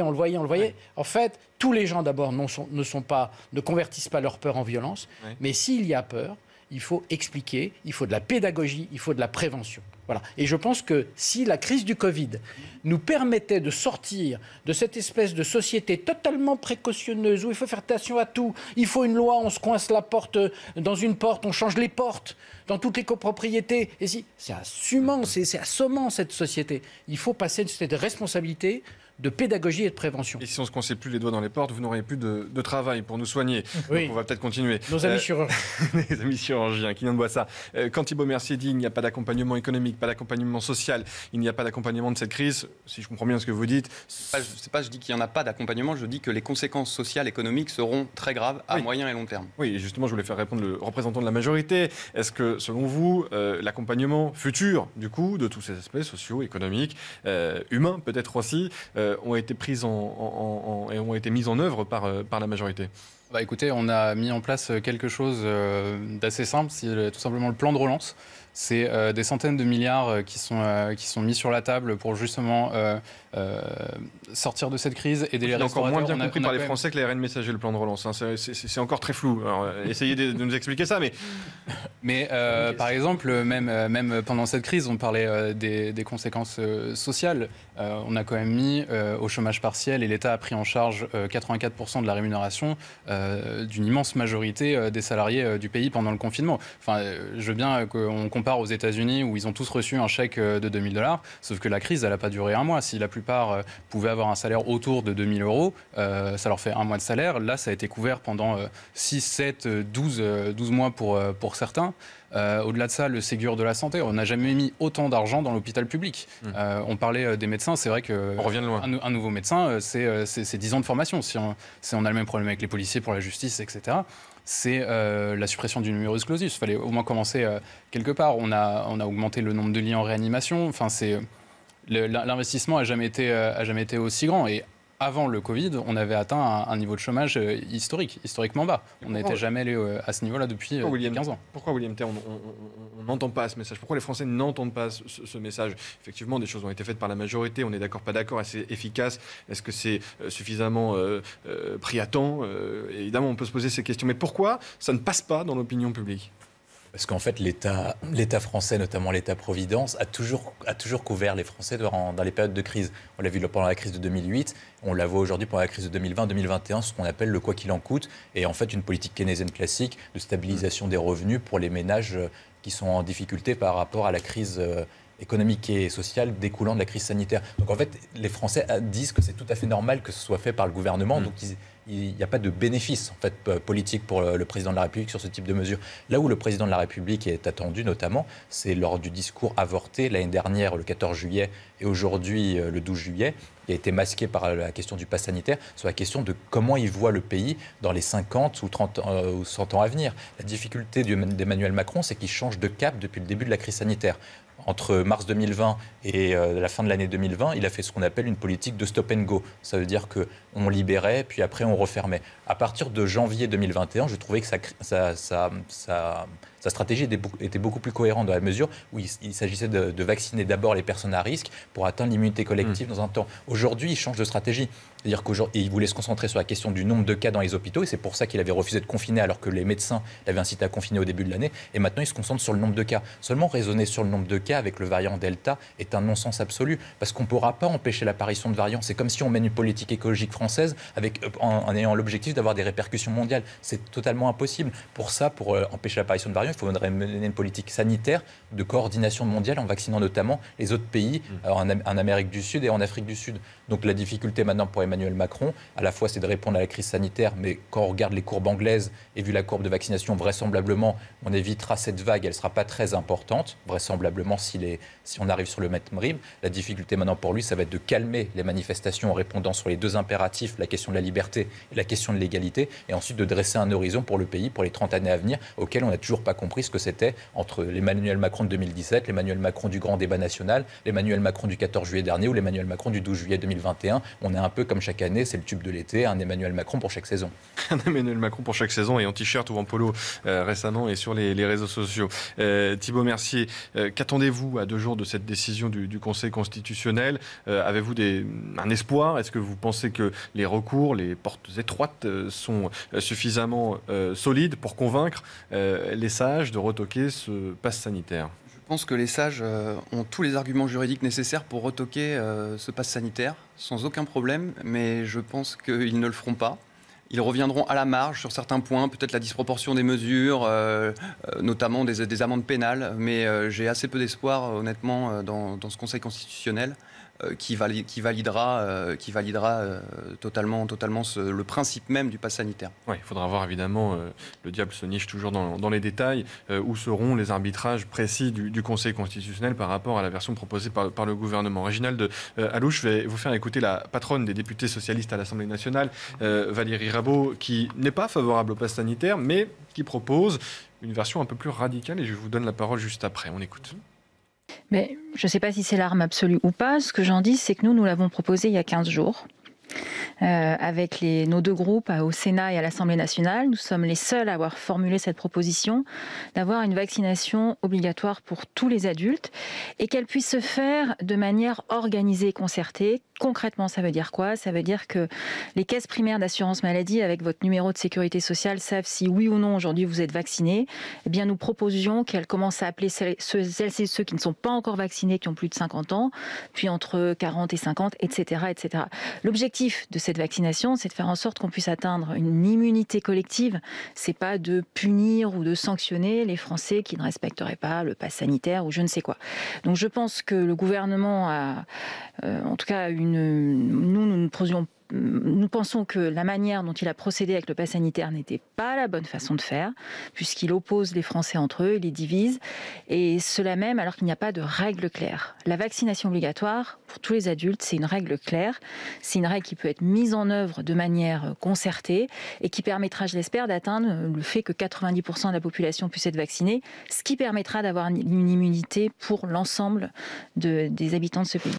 Alors, Réginald Allouche, êtes-vous favorable à la vaccination obligatoire comme le demande la patronne des députés socialistes? Une vraie dimension politique, parce que je pense que quand on est aux affaires, et imposer une vaccination obligatoire, c'est quand même, en fait, on a tous compris, je crois, que le pass sanitaire, c'est l'étape intermédiaire, et puis pour gagner un peu de temps, de voir ce qui va se passer. Parce que vous n'avez pas de doute, ce sera un jour obligatoire. Moi, je pense que ça va être obligatoire un jour. Le problème, c'est que ça n'est pas acceptable. Pourquoi? Beaucoup de Français. Parce que je pense que c'est un contexte. Et là, c'est le citoyen qui parle. Ça fait 30 ans que nos députés font des lois sur des lois, sur des lois, sur des normes, des surnormes. Et je pense que les Français, l'histoire du Covid, c'est pas... Les gens sont pas idiots, ils savent que leur santé, c'est le seul capital qu'ils aient. On ne peut pas racheter sa santé. Hein, donc on l'a tel qu'on l'a. Et donc, le problème, c'est qu'ils en ont assez. C'est-à-dire que la vaccination, alors là, pour le coup, ma santé... n'entrez plus chez moi. En fait, qu'est-ce que disent les manifestants? Je pense que c'est une sorte de ras-le-bol de cette société totalement normative. C'est un peu ce que vous avez évoqué tout à l'heure sur le fait d'accepter un certain nombre de choses, une dynamique sociétale. Et je pense que la vaccination obligatoire, telle aujourd'hui, d'abord, elle ne serait pas opérationnelle parce qu'il faudrait des vrais vaccinodromes. Il faudrait tout organiser. Je ne sais pas si on a les doses. Donc, ça n'est pas aujourd'hui faisable. Maintenant, le pass sanitaire, c'est un moindre mal. Je ne sais pas quelles sont les autres alternatives, honnêtement, parce que si on dit aux gens, il n'y a pas de pass sanitaire, il n'y a pas de vaccination obligatoire, ben, les gens vont attendre. Et le problème du virus, encore une fois, je l'ai emprunté à Alain Boer, puisqu'il a sorti son dernier livre, c'est que le virus, il fait comme ça, et puis un jour, il devient exponentiel. Et quand il devient exponentiel, on peut avoir tout l'argent qu'on veut, on ne pourra pas combattre. C'est pas possible. Thibault Mercier, vaccination obligatoire. Si la vaccination obligatoire est si difficile juridiquement, ce n'est pas pour rien, je pense. Il y a énormément de considérations qui rentrent en compte. Des considérations éthiques, philosophiques, religieuses, morales. Il y a énormément aussi de textes, notamment dans le Code civil, qui viennent la limiter. Donc, il faut avoir un débat apaisé sur cette chose-là. Vous êtes prêt au débat ? Bien sûr, mais le gouvernement, plus que sur celle du pass sanitaire. Le gouvernement nous impose de manière assez couarde une vaccination obligatoire indirecte, plutôt que de poser la question de la vaccination obligatoire. C'est ce que dit quelque part Valérie Rabault. Et en plus, voilà, il faut aborder ces sujets. Pourquoi on l'a rendu si difficile légalement ? Comme je vous l'ai dit, il y a des considérations qui rentrent en jeu. Il faut en discuter. Est-ce qu'on est prêt à sortir de ces considérations, oui ou non ? En tout cas, c'est des questions qui ne sont pas abordées. Et c'est vrai qu'on aurait préféré, je pense, qu'on pose les vraies questions. Vous y seriez favorable, en tout cas, à en débattre. À en débattre. Beaucoup plus que pour le pass sanitaire. Une mesure qui va imposer un contrôle social, comme le pass sanitaire, qui est un outil très, très dangereux, démocratiquement parlant. Ce serait compliqué, le référendum, pour réunir notamment le Parlement autour de cette question. William Tay, la vaccination obligatoire, est-ce que l'on peut la fragmenter aussi ? On sait que pour les enfants, il faut 11 vaccins obligatoires pour entrer à l'école. Est-ce que l'on pourrait destiner un vaccin obligatoire à une certaine partie de la population, je pense aux plus fragiles ou aux plus âgés, ou est-ce que ce serait, encore une fois, fragmenter la société et faire des ruptures d'égalité ? Alors je vais faire ma réponse en deux parties. La première sur Emmanuel Macron. Emmanuel Macron, en fait, a manqué le coche sur la question de la vaccination obligatoire en décembre, janvier dernier, parce que notamment à cause de deux interventions, lorsqu'il dit qu'il refusera la vaccination obligatoire et lorsqu'il a mis en doute la question d'avoir un vaccin très rapidement lors de cette déclaration du 24 octobre 2020. Ensuite, après, sur la question du principe même de la vaccination obligatoire, je pense qu'il faut faire la vaccination obligatoire pour les personnes à risque, parce que le bénéfice coût-risque est très important pour eux, et donc ce serait très rentable pour eux de prendre la vaccination obligatoire, et ce serait acceptable socialement. Et on en parle dans la suite de l'émission. On s'interrompt quelques secondes et on se rendra en Guadeloupe, retrouver le préfet de la Guadeloupe pour parler de la situation catastrophique là-bas, la Guadeloupe reconfinée. A tout de suite sur CNews. De retour sur le plateau de Punchline. Merci d'être fidèle à CNews. Il est 19h et comme promis, direction la Guadeloupe. On va retrouver le préfet Alexandre Rochat.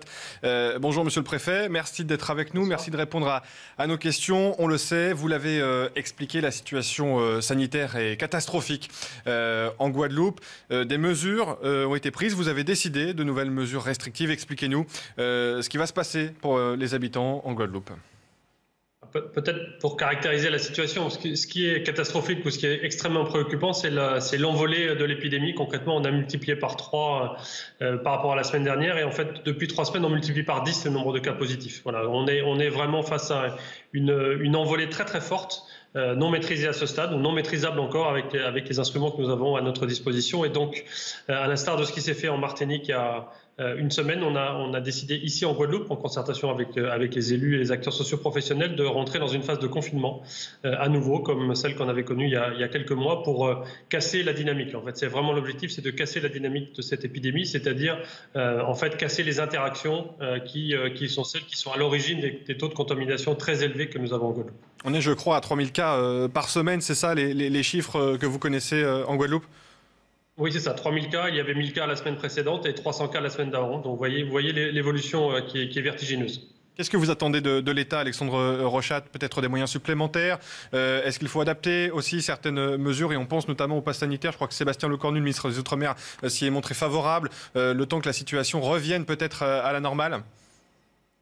Concrètement, ce qu'on attend de l'État, c'est ce que moi je préconise, puisque je suis représentant de l'État ici, c'est concrètement qu'on travaille beaucoup sur la montée en puissance de notre capacité à pouvoir absorber dans les structures hospitalières aujourd'hui, puisque c'est ça notre enjeu premier, c'est d'absorber dans les structures hospitalières le nombre de cas graves qui vont arriver, qui commencent à arriver depuis ce week-end, avec un nombre d'hospitalisations qui augmente et un nombre de cas en réanimation qui augmente lui aussi. Et donc on a besoin d'augmenter nos capacités de réanimation On a peu besoin de moyens, puisqu'on a ce qu'il faut en matière de lits ou de matériel. On a aujourd'hui besoin beaucoup de ressources humaines, parce que c'est ce qui fait défaut ici en Guadeloupe. Vous savez qu'on est dans un territoire insulaire, on est éloigné de la métropole.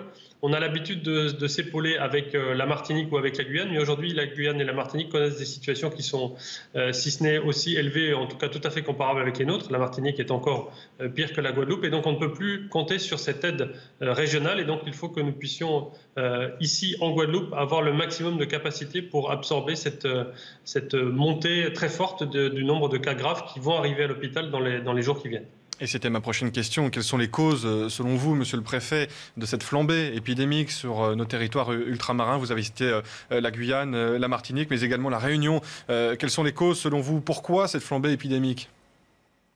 Ici, il y a deux causes principales. La première, c'est que on a connu une période de début des vacances dans laquelle on a connu un certain goût de la liberté retrouvé après des phases de confinement, et on a laissé tomber petit à petit et de façon massive à la fin les gestes barrières et les recommandations que nous faisions de ne pas favoriser le brassage des populations. Et donc on a eu un brassage extrêmement fort, notamment chez les jeunes. D'ailleurs, ce sont les plus touchés aujourd'hui, et on voit l'évolution dans l'âge des cas positifs et des contaminés, puisque depuis la semaine dernière, on est passé sur la tranche d'âge des plus de 40 ans, et jusque-là, on était sur des contaminations de moins de 40 ans. Donc voilà, concrètement, c'est ça qui est arrivé. Puis la deuxième raison, c'est que cette flambée, elle est arrivée sur un terreau qui est très peu protégé collectivement, puisque le taux de vaccination en Guadeloupe, à l'instar des Antilles, est très faible, puisque ici, en taux de vaccinal complet, schéma complet, on est autour de 18%, et on doit être à peu près, là, on a atteint ce week-end les 30% pour la première dose. Donc vous voyez qu'on est très éloigné d'une couverture et d'une immunité collective qui aurait pu nous permettre d'éviter d'avoir cette flambée aussi brutale. Et est-ce qu'il faut renforcer la pédagogie, la communication autour de ce vaccin indispensable? On le sait, nos débats sont agités au sujet du pass sanitaire, mais pas forcément autour du vaccin.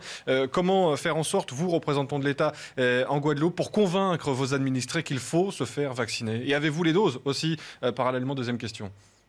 Alors, je vais répondre à la première question. On n'a pas de problème de dose, on n'a pas de problème de disponibilité de nos centres de vaccination, et on n'a pas de problème de personnes qui sont capables de vacciner.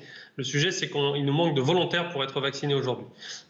Et donc, on travaille beaucoup en matière de communication et d'information, avec l'ARS évidemment, mais on essaye aussi de s'appuyer beaucoup sur les relais locaux. Il y a tout un travail qui est organisé avec les élus locaux, avec les socioprofessionnels, avec les acteurs locaux qui sont vaccinés, et petit à petit, ça fonctionne. Depuis les annonces du président de la République sur le pass sanitaire, on a vu une augmentation du nombre de vaccinations, mais évidemment, on n'a pas encore atteint le besoin nécessaire. Et d'ailleurs, cette vaccination, elle est indispensable pour l'après 4e vague. Elle est trop tardive de toute façon pour la 4e vague. La 4e vague, il faut aujourd'hui l'affronter. Il faut trouver les moyens pour absorber les gens qui vont venir dans les structures hospitalières, tout en cassant la dynamique et retrouver des chiffres plus raisonnables en épidémie. Mais en tout cas, la vaccination, elle est indispensable pour la suite, pour éviter qu'après cette 4e vague, on ait une 5e vague, puis une 6e, puis une 7e. Parce que si on n'a pas de couverture vaccinale plus importante, on risque d'avoir les vagues successives qui vont venir ici en Guadeloupe. Et comment, Alexandre Rochette, vos administrés, les Guadeloupéens, réagissent à ces nouvelles mesures restrictives que vous avez décidées, ce confinement? Est-ce que l'acceptation est bonne sur place? Alors aujourd'hui, j'ai annoncé ces mesures hier soir. Pour l'instant, il n'y a pas de contestation de l'importance de ces mesures, parce que je crois que maintenant tout le monde a bien conscience de la situation dans laquelle on est, et de cette situation qui est la première fois qu'on voit ça et qu'on vit ça en Guadeloupe. Donc c'est la 4e vague, de fait la 3e vraie vague qui est venue ici en Guadeloupe. On n'a jamais connu des chiffres aussi élevés. La vague principale qui s'était abattue sur nous en octobre 2020, on avait 1000 cas par semaine au maximum du pic. Et là, vous voyez, on est déjà à 3000 cas par semaine. Donc on n'a jamais connu des chiffres aussi élevés. Et la population en a maintenant bien conscience. Et donc le confinement et les mesures qui vont avec sont acceptées, parce que chacun sait que c'est la seule solution pour pouvoir passer cette vague. Donc confinement de 3 semaines, hein, c'est bien ça la mesure que vous avez décidée hier soir. Merci d'avoir été avec nous, Alexandre Rochat, d'avoir répondu à nos questions et de nous avoir donné ces éclaircissements sur la situation en Guadeloupe. Le taux de vaccination est très faible, vous l'avez dit, et les cas se multiplient. Il va falloir des moyens humains, c'est ce que vous nous dites aujourd'hui. Merci Alexandre Rochat, merci beaucoup d'avoir répondu à nos questions depuis la Guadeloupe. Réginald Dalouche, effectivement, on voit en Martinique, en Guadeloupe, sur l'île de la Réunion, en Guyane, ce très faible taux de vaccination, 18% de primo-vaccinés, nous dit le préfet de Guadeloupe. Ça tombe parfois à 12% dans certains territoires insulaires.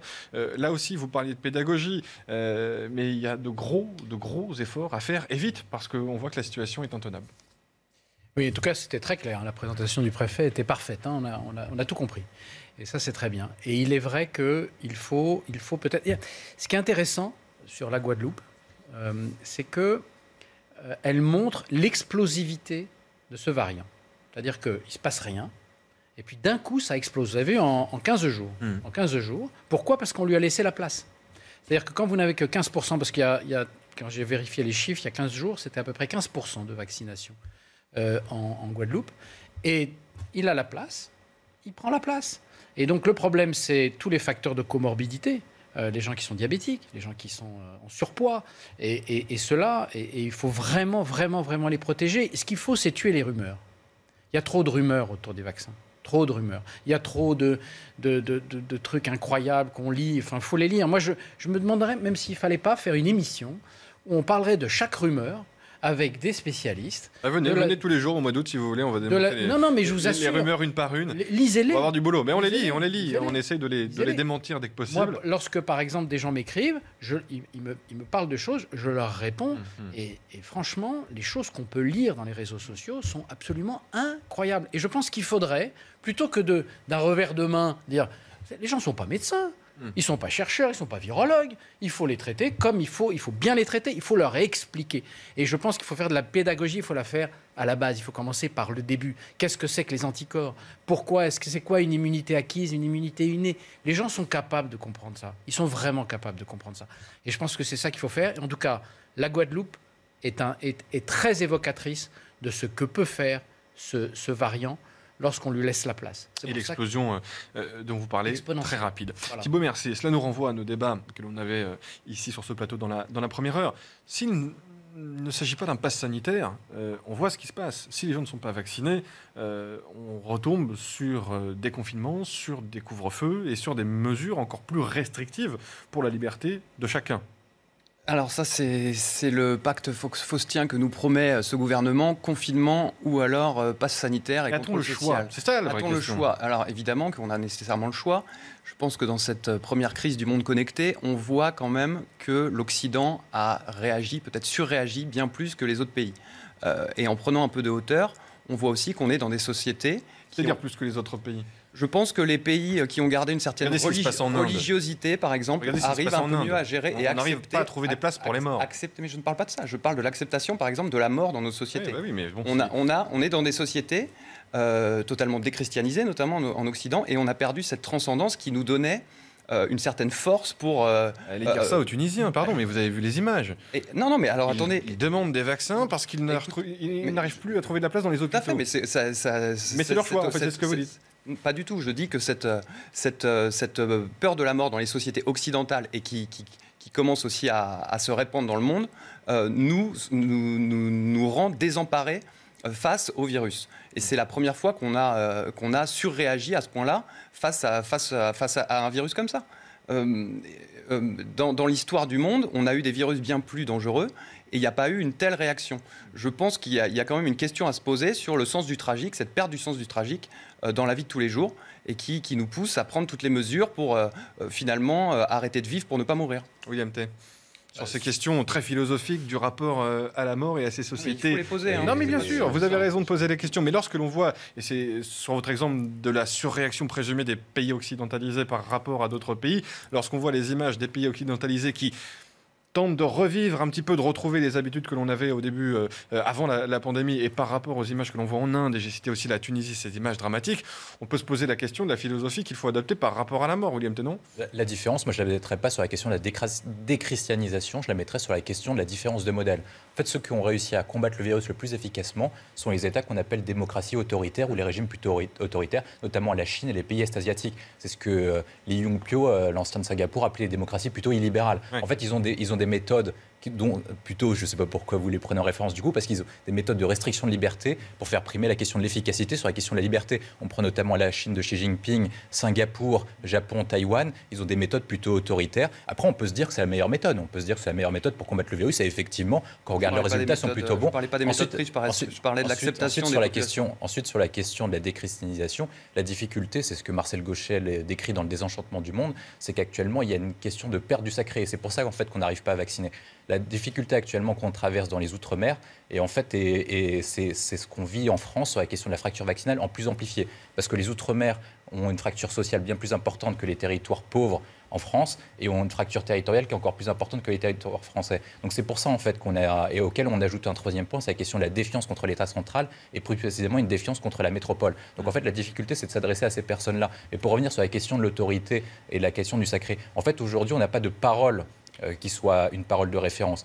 On a perdu la parole politique parce que la parole politique a échoué sur deux points. Ils ont échoué à mettre en place des politiques publiques et surtout, ils ont la population, une grande partie de la population, ce qu'appelle Brice Saint-Tuel et plus rien à faire, plus rien à foutre, ont trahi notamment les engagements, notamment avec des points clés précis, le 92 traité de Maastricht et le traité de 2005 sur le traité de référendum de l'Union européenne. Donc en fait, une partie de la population pense qu'un discours venant d'en haut est forcément mauvais pour eux parce que les élites n'agissent pas dans l'intérêt de la population mais au vu de leurs propres intérêts. Le seul moyen, et c'est ce que le préfet a parfaitement décrit, c'est de passer par des acteurs d'influence, des acteurs locaux qui sont aujourd'hui des références pour pouvoir répondre. Vous avez décrit parfaitement. Aujourd'hui, les gens viennent voir parce que vous êtes leur médecin et c'est pour ça qu'ils vous répondent parfaitement. Ce sont ces acteurs du quotidien qui vont pouvoir répondre et encourager la vaccination plutôt que les messages d'élite. Le seul message d'élite qui fonctionne, c'est ce qu'a fait Emmanuel Macron précisément, c'est sur la question des jeunes parce qu'il est populaire auprès des jeunes.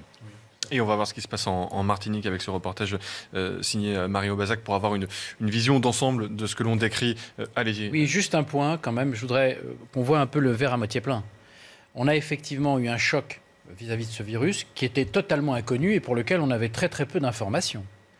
Et en 1 an et demi, on a été capable de fabriquer par milliards des doses. Je pense qu'il y a aussi, c'est peut-être une leçon d'espoir aussi. C'est-à-dire que cette société sur laquelle tout le monde tape a été capable, cette technique dont on se plaint tous les jours, a été capable en un délai record, parce que les vaccins, il ne faut pas 2 ans, il faut 10 ans pour faire un vaccin.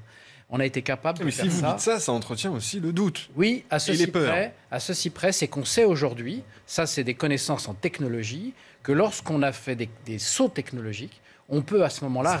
Et c'est pendant les crises qu'on fait les sauts technologiques. Exactement, c'est pendant les guerres. Mais quand vous dites il nous faut 10 ans pour faire un vaccin... Non, il fallait 10 ans. Il fallait 10 ans pour faire un vaccin. Oui, mais il y a une mutualisation des moyens en fait. Encore faut-il l'expliquer, encore faut-il le comprendre, et encore faut-il le rabâcher peut-être. Mais c'est vrai que... Parce que c'est la première fois... Je pense à ça parce que quand Emmanuel Macron, il y a 1 an, dit... Je ne crois pas que nous disposerons d'un vaccin à l'hiver. Un vaccin arrive. Donc du coup, le président de la République lui-même entretient le doute. Mais ça, il y avait derrière probablement, je ne connais pas, je ne sais pas ce qu'il y avait derrière, je n'ai pas les...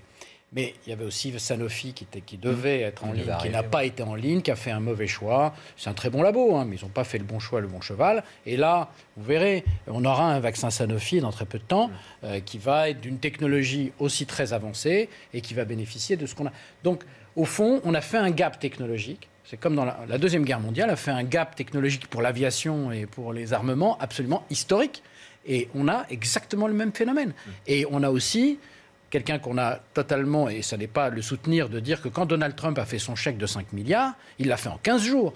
Le problème que nous avons, et je ne voudrais pas rentrer dans un autre détail qu'est le plan de relance, le problème, ce n'est pas l'argent, c'est la vitesse. Et la volonté politique. Voilà, c'est la vitesse. Qui vont en général les trois ensemble. Vous mettez de l'argent sur la table, où il est, quand on pourra l'avoir et en combien de temps. Parce que vous Sauf que les Américains décident seuls et que nous sommes 27. William T. Vous posez la question de la vaccination. En fait, les autres pays qui ont beaucoup plus vacciné que nous n'ont pas eu le choix. On prend les pays, par exemple, latins, Espagne et Italie. On sait très bien ils savent très bien que leur système de santé n'aurait pas pu tenir par rapport aux différentes épidémies. C'est pour ça qu'ils ont fait le choix de mettre la priorité sur la question du vaccin. Boris Johnson, son système de NHS est beaucoup moins performant que le nôtre. C'est pour ça qu'il a mis la priorité sur le vaccin. Et c'est pareil pour Donald Trump, auquel l'hôpital privé est certes plutôt performant, mais l'hôpital public est plutôt pauvre. Et c'est pour ça qu'en fait tous ces pays ont fait un choix stratégique clair. Et c'est pour ça que je pense qu'Emmanuel Macron a fait une erreur jusqu'à décembre, et là avait plutôt le bon choix de la question de la vaccination. Mais aujourd'hui, la parole publique, quand on prend quelqu'un qui est plutôt en marge du système, il ne retient pas exactement toutes les déclarations précises de la déclaration d'Emmanuel Macron en Polynésie française ou je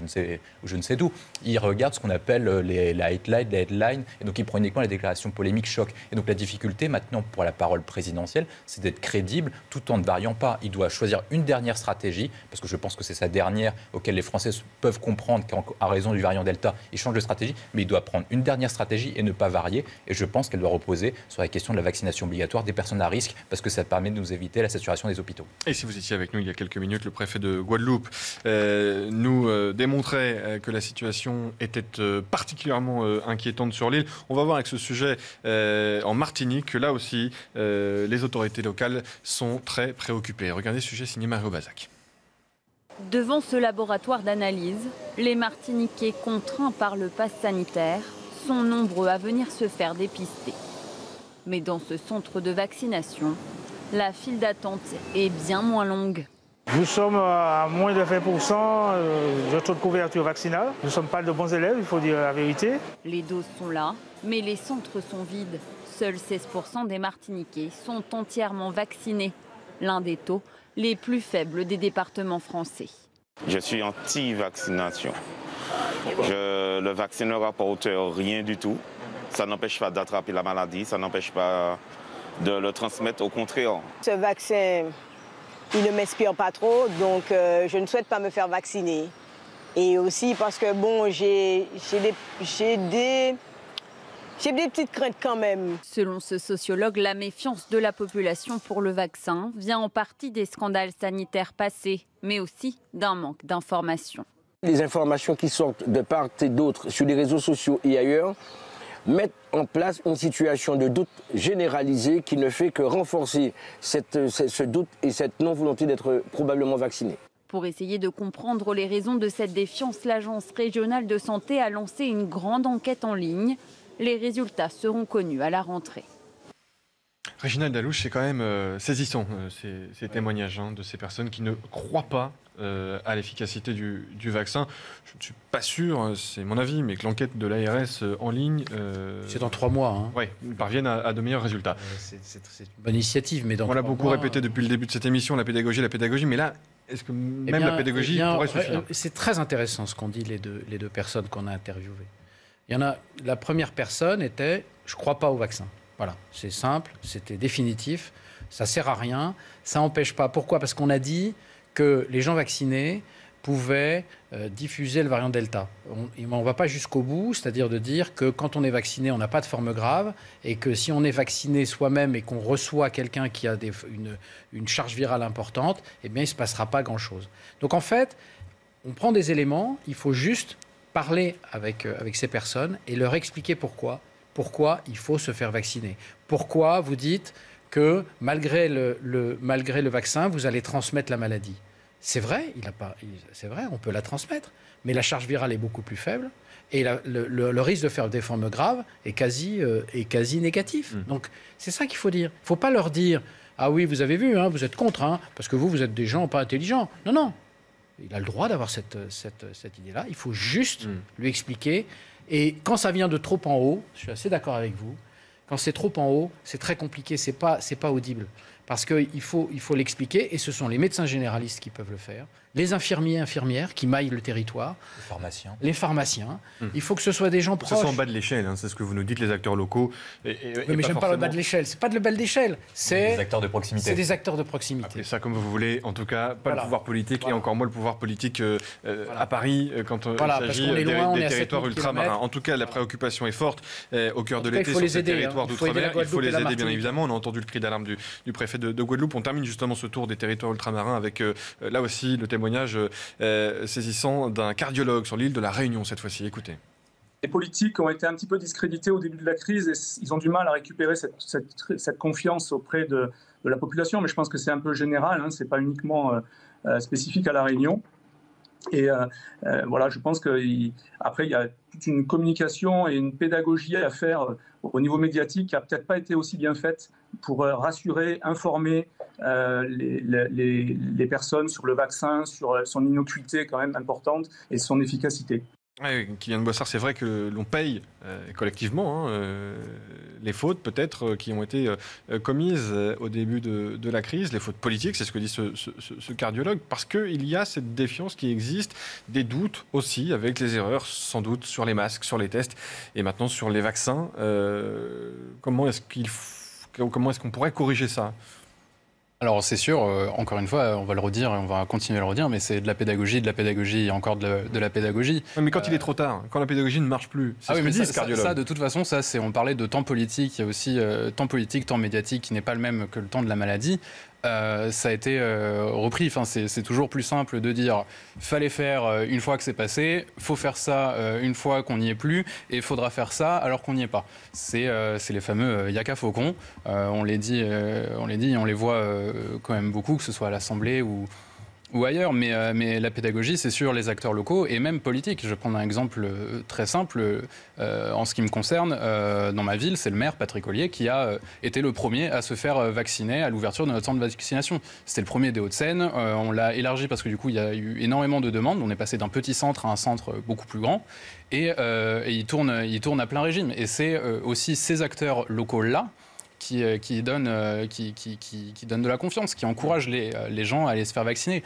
Du coup, reprocher au gouvernement ou aux personnes qui tentent d'agir dans la crise, enfin, une fois que c'est passé, c'est un peu ridicule. On devrait être en période de crise plutôt tous solidaires. C'est Olivier Véran qui, à l'Assemblée nationale, pendant les débats sur justement le vote de ce pass sanitaire, sa mise en place, qui disait si le variant nous voyait maintenant, il se sortirait une petite bière et il serait bien content. Puisqu'on perd beaucoup plus de temps à contester la mise en place de telle ou telle chose, alors qu'en fait, la seule chose à contrer, c'est les morts, c'est ce virus. Et on ne l'a pas commandé. Certains ne sont pas d'accord, au vu des éléments avancés par... Pourquoi est-ce qu'on ne fait pas tous les soirs sur les grands réseaux, 1 minute sur les vaccins ? En fait, les gens qui se font plus vacciner, ils n'écoutent plus les informations. Eh bien, ça fait rien. On parle à 20% de la population. Le service public diffuse en continu des spots publicitaires, entre guillemets, des spots publicitaires pour motiver. Qui encouragent à vacciner. Il y a énormément de campagnes publicitaires dans les arrêts de bus, les lieux publics. On parle d'accès à l'information. Enfin, il ne faut pas non plus que ça tombe tout cru. Qu'est-ce que vous répondez à quelqu'un qui a peur d'avoir une polyradiculunévrite ou un truc comme ça? C'est ça la vraie question. Ah oui, mais c'est ça qui l'empêche de passer le pas de la porte. Doit rentrer en jeu, et c'est aussi le problème qu'on a face aux réseaux sociaux en ce moment.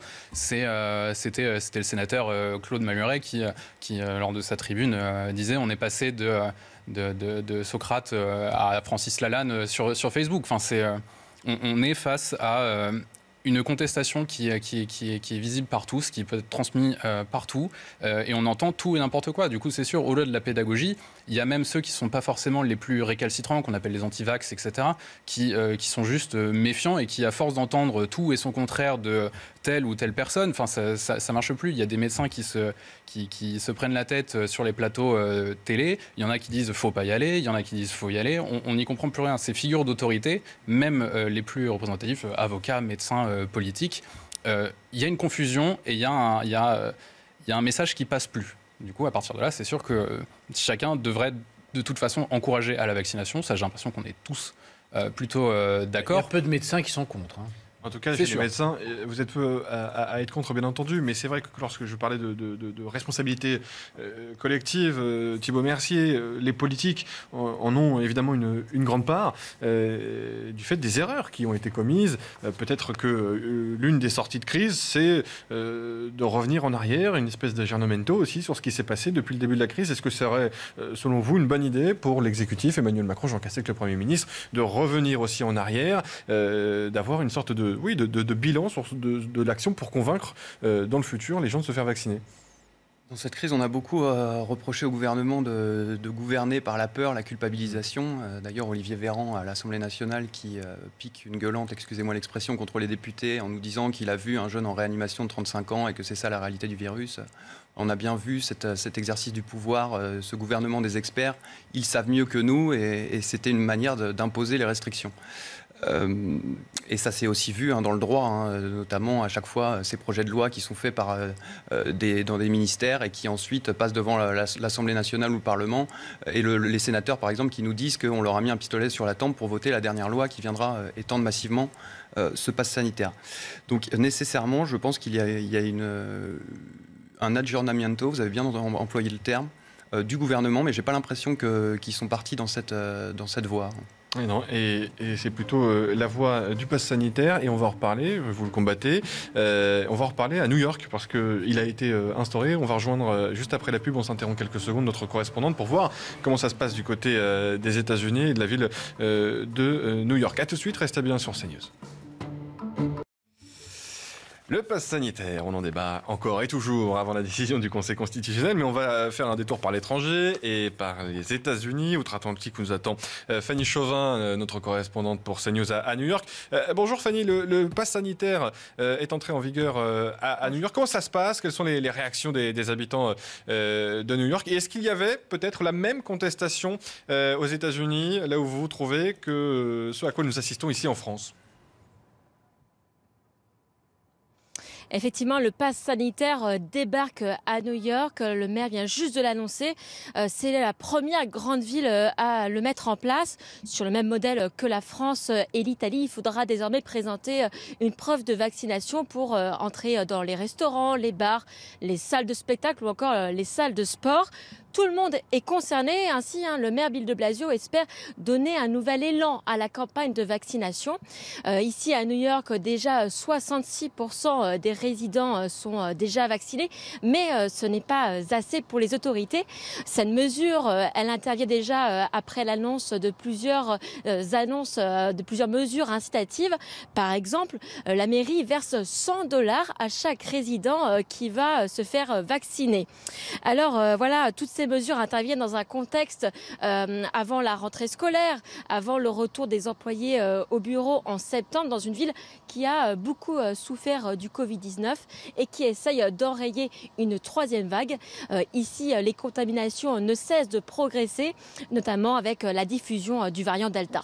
Merci beaucoup Fanny Chauvin pour toutes ces explications, et du coup vous allez tester en avant-première pour nous le pass sanitaire, mais cette fois-ci depuis New York. Merci beaucoup d'avoir été avec nous, d'avoir donné ces explications. Peut-être sont-elles susceptibles de vous convaincre, Thibault Mercier, l'exemple américain, l'exemple new-yorkais, ou toujours pas? Écoutez, les arguments restent les mêmes, que ce soit en France ou aux États-Unis. Oui, mais le fait que ce soit, évidemment je vous provoque, mais mondialisé, universel aussi, ce pass sanitaire harmonisé, peut-être, espère-t-on aussi en Europe. Oui, non, mais bien sûr. Mais justement, espérons peut-être que ce le soit, notamment en Europe, pour voyager. Ça serait très dangereux que ça le devienne. Ça irait vraiment exactement dans ce que je dénonçais au début de cette émission, c'est-à-dire une société de la vigilance généralisée et de la surveillance généralisée, avec un contrôle social à la clé et la nécessité, pour avoir le droit de jouir de ses droits et libertés, d'être capable de prouver qu'on est en bonne santé. Et c'est tout le débat de ce pass sanitaire. Et qu'il soit à Paris ou à New York. Allez, on referme ce chapitre sur ce pass sanitaire pour l'heure, puisqu'on en reparlera évidemment dans les prochains jours. Mais on va se concentrer sur l'épidémie, sur ses conséquences. Vous allez nous donner vos explications, docteur Réginald Lalouche, mais on va voir ce qui se passe au niveau des enfants. Faut-il vacciner ou pas les plus jeunes? C'est un sujet signé Olivier Gangloff et Anne Maquignon. J'ai 14 ans. J'ai 14 ans. Donc c'est ta deuxième? Dans les centres de vaccination, les jeunes aussi viennent chercher leur passe sanitaire. Depuis l'autorisation de se faire vacciner pour les 12-17 ans le 15 juin dernier, 300 jeunes en moyenne se présentent chaque jour dans ce centre de La Roche-sur-Yon, avec tous la même ambition. Pour mes sorties aussi, c'était plus simple d'être vacciné. Comme ça, il n'y a pas besoin de faire le test à chaque sortie. Pour pouvoir sortir, notamment aller à l'école, pouvoir sortir avec les copines. Fin juillet, 37% des 12-17 ans avaient reçu une première dose, 65% des 18-24 ans. Dans les centres, les soignants ne perçoivent pas vraiment de méfiance. Les freins, ça va plus être la piqûre en soi. C'est l'acte médical qui leur fait peur. Plus les parents ont des questions sur les effets secondaires, sur les risques, qu'il n'y a pas ou peu finalement. Un mois avant la rentrée scolaire, certains élus redoutent que l'immunité vaccinale ne soit pas atteinte en septembre et proposent plutôt d'anticiper. Il Il faut prévoir des vaccinations dans nos collèges, dans nos lycées, à la rentrée. À partir de septembre, dans les collèges et lycées, seuls les élèves vaccinés pourront venir en cours si un cas positif est déclaré dans une classe. Est-ce qu'on est dans le cœur, la mère des batailles, Réginald Lellouche, la vaccination des enfants à l'école pour éviter justement les contaminations plus importantes chez les populations les plus fragiles notamment? Alors on va se mettre, pour faire un peu de pédagogie, on va se mettre à la place du virus. Lorsque le virus arrive et vous regarde et rentre par le nez ou par d'autres voies, il a besoin pour se fixer de certains types de cellules. Et ces cellules ou de protéines de surface que nous avons dans le système respiratoire, les ACE2. Il se trouve qu'avant 12 ans, les enfants n'ont pas ces cellules, n'ont pas ces protéines. Donc pour le virus, c'est très très compliqué d'aller infecter un enfant. C'est pour ça que les enfants sont remarquablement immuns à ce genre de problème. Après, avec l'adolescence, ces cellules, ces protéines de surface se multiplient. On a donc des ACE2 et ça croît et ça embellit. Et puis si par exemple vous avez des enfants qui sont un peu en surpoids, on sait que ces protéines de surface sont plus importantes chez les gens qui ont un peu de gras sur les adipocytes. Et donc c'est pour ça d'ailleurs que les gens obèses ont plus de risques que les autres, les diabétiques également. Et donc la question est, faut-il vacciner tous les enfants pratiquement à la naissance, ou faut-il vacciner à partir de 12 ans jusqu'à l'adolescence? Ça, c'est la question. La vraie question, elle est là. Parce que la charge virale d'un enfant de moins de 12 ans, je ne suis pas virologue, mais en tout cas, je peux vous dire que si vous n'avez pas de protéines de surface pour vous fixer, vous avez peu de chances d'avoir une charge virale très importante. Par contre, après 12 ans, ça peut être le cas. Mais est-ce que c'est la clé, c'est pour ça que j'appelais ça la mère des batailles, aujourd'hui, de s'intéresser de plus près à la vaccination des plus jeunes, des enfants, pour résoudre l'épidémie dans sa globalité? Est-ce que c'est la porte d'entrée aujourd'hui, sachant que les adultes sont vaccinés, qui nous ferait arriver à une 5e vague, une 6e vague, si les enfants n'étaient pas vaccinés? Alors, à un moment, il faudra qu'on fasse un parallèle intéressant avec la grippe. On sait que les enfants et les adolescents sont des grands vecteurs de la grippe, la grippe saisonnière, celle qu'on connaît. Et donc, peut-être qu'il y aura une forme de jurisprudence sur le Covid qui fera que peut-être on vaccinera probablement contre la grippe, alors que les jeunes ne se font jamais vacciner quasiment contre la grippe, sauf ceux qui sont en contact avec des patients, puisque c'est légal. Et donc, ce sera la mère des batailles pour les ados. Pour les enfants, oui, d'accord. On sépare bien les tranches d'âge à Après, partir de 12 ans. Je ne vais pas paraphraser le président de la République qui a dit, quand il a parlé des jeunes, vous rentrez chez vous, vous avez une charge virale même pas très importante, et puis vous contaminez votre grand-mère. Je vous dis ça parce qu'une étude de l'Institut Pasteur dresse un scénario noir pour le mois de septembre et pour le mois de la rentrée. Vous allez découvrir cette étude. On parle de près de 100 000 contaminations pour des enfants. C'est un reportage réalisé par Olivier Gangloff et Mathilde Moreau, et on écoutera bien évidemment votre réaction. Il s'agit des prévisions les plus alarmistes de l'Institut Pasteur. En septembre, la France pourrait compter jusqu'à 100 000 contaminations quotidiennes à la Covid-19, dont la moitié concernerait des enfants et des adolescents. Même si le ratio chez l'enfant de forme grave par rapport aux contaminés est beaucoup plus faible chez l'adulte, s'il y a plus de cas, on verra plus de formes hospitalisées chez l'enfant. Ça paraît assez clair. Pour d'autres spécialistes, même si les enfants pourraient être plus touchés par cette 4e vague, cette modélisation de l'Institut Pasteur avec 50 000 jeunes contaminés chaque jour ne constitue pas le scénario le plus probable. Elle ne tient pas compte du ralentissement des contaminations que nous observons depuis maintenant une petite semaine, de la possible baisse observée spontanément des contaminations au Royaume-Uni, aux Pays-Bas et au Portugal, et bien sûr surtout de l'état de la vaccination de la population. Malgré tout, la proportion des enfants parmi les contaminations pourrait être importante. Et plus le nombre de contaminations est important, plus le nombre de formes graves peut grimper. Depuis plusieurs jours au Royaume-Uni, les hospitalisations d'enfants ont bondi de 24% sous l'impulsion du variant Delta. Vous m'aurez corrigé, 100 000 contaminations en globalité, dont 50 000 pour les enfants. Des chiffres qui font quand même froid dans le dos. Oui, mais il faut aussi... Il faut relativiser et mesurer, comme le disaient aussi certains de vos collègues. Oui, il faut relativiser. Ce qui est vrai, c'est que les réactions immunitaires des enfants sont parfois explosives aussi. C'est pour ça qu'on peut voir des cas graves. Et là, il y a la génétique qui entre en ligne de compte. On est une génétique, et la génétique, on ne peut pas la changer. Vous aurez des enfants qui feront des vraies réactions au vaccin, ou au Covid. Ça, c'est vrai, il faut dire la vérité. Mais je pense que si on envisage de vacciner, je pense qu'il serait licite de vacciner les adolescents, pour l'instant. Uniquement les adolescents, donc à partir de 2 ans. Voilà. William Tay, est-ce que l'exécutif doit craindre une rentrée particulièrement mouvementée, entre passes sanitaires ou pas à l'école, des élèves vaccinés qui seront prioritaires en cas de contamination dans une classe? Est-ce que tout ça peut exploser au visage de Jean-Michel Blanquer? Ça commence déjà. Ça commence un peu déjà, on n'est que le 2 août. Ça commence déjà parce qu'en fait, ce qui s'est passé samedi dernier, c'est le premier tournant dans la mobilisation. La mobilisation a continué à croître malgré le fait qu'on a eu un accord bipartisan entre l'Assemblée nationale et le Sénat sur la question du pass sanitaire, donc sur la question de la liberté, des principes fondamentaux. Cette première étape a été validée et on pense que les manifestations auront tendance à augmenter ou en tout cas à maintenir le nombre de personnes actuelles au moins jusqu'à la fin août. Le prochain tournant aura lieu à la rentrée scolaire en fonction de la situation sanitaire.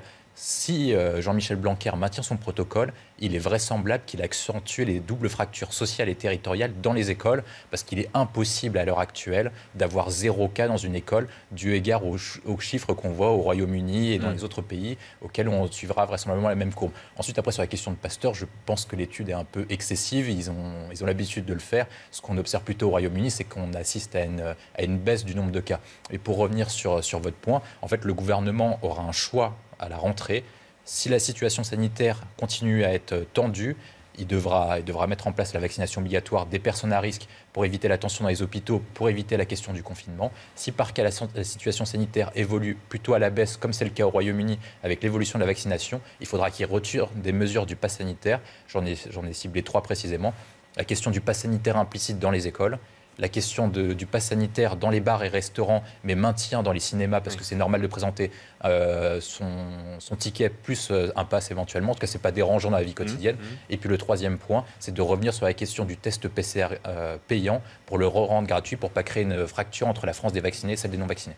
Thibault, merci. Ce pass sanitaire implicite, comme le décrit William Tay dans les écoles, on imagine que c'est une ligne rouge pour vous. Le fait qu'un élève vacciné soit prioritaire en cas de contamination de l'un de ses petits camarades et qui serait du coup obligé, les non-vaccinés, d'assister aux cours en distanciel. Surtout que c'est un des nombreux flous juridiques encore que nous sort le gouvernement. Les parlementaires... Et on ne parle pas du pass sanitaire, encore une fois, qui n'existe pas. Les parlementaires nous se battent pour que ce pass sanitaire ne soit pas imposé à l'école. Et ensuite, on a le ministre qui en impose un, en fait, en disant que les non-vaccinés ne pourront plus aller en cours s'il y a un cas qui est détecté.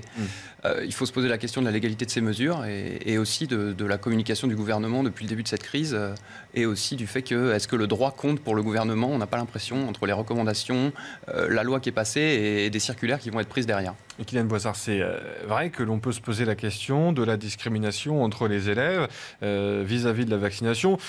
D'autant plus que c'est certainement pas le choix d'un adolescent, par exemple, de ne pas être vacciné, ou encore moins d'un jeune élève, mais plutôt celui de ses parents, on imagine, et avec les risques que cela comporte, c'est-à-dire de mettre quelqu'un en dehors de l'école parce qu'il n'est pas vacciné.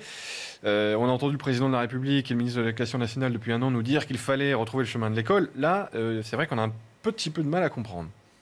Oui, puis il faut retrouver le chemin de l'école et il faut aussi, encore une fois, éviter qu'elle referme...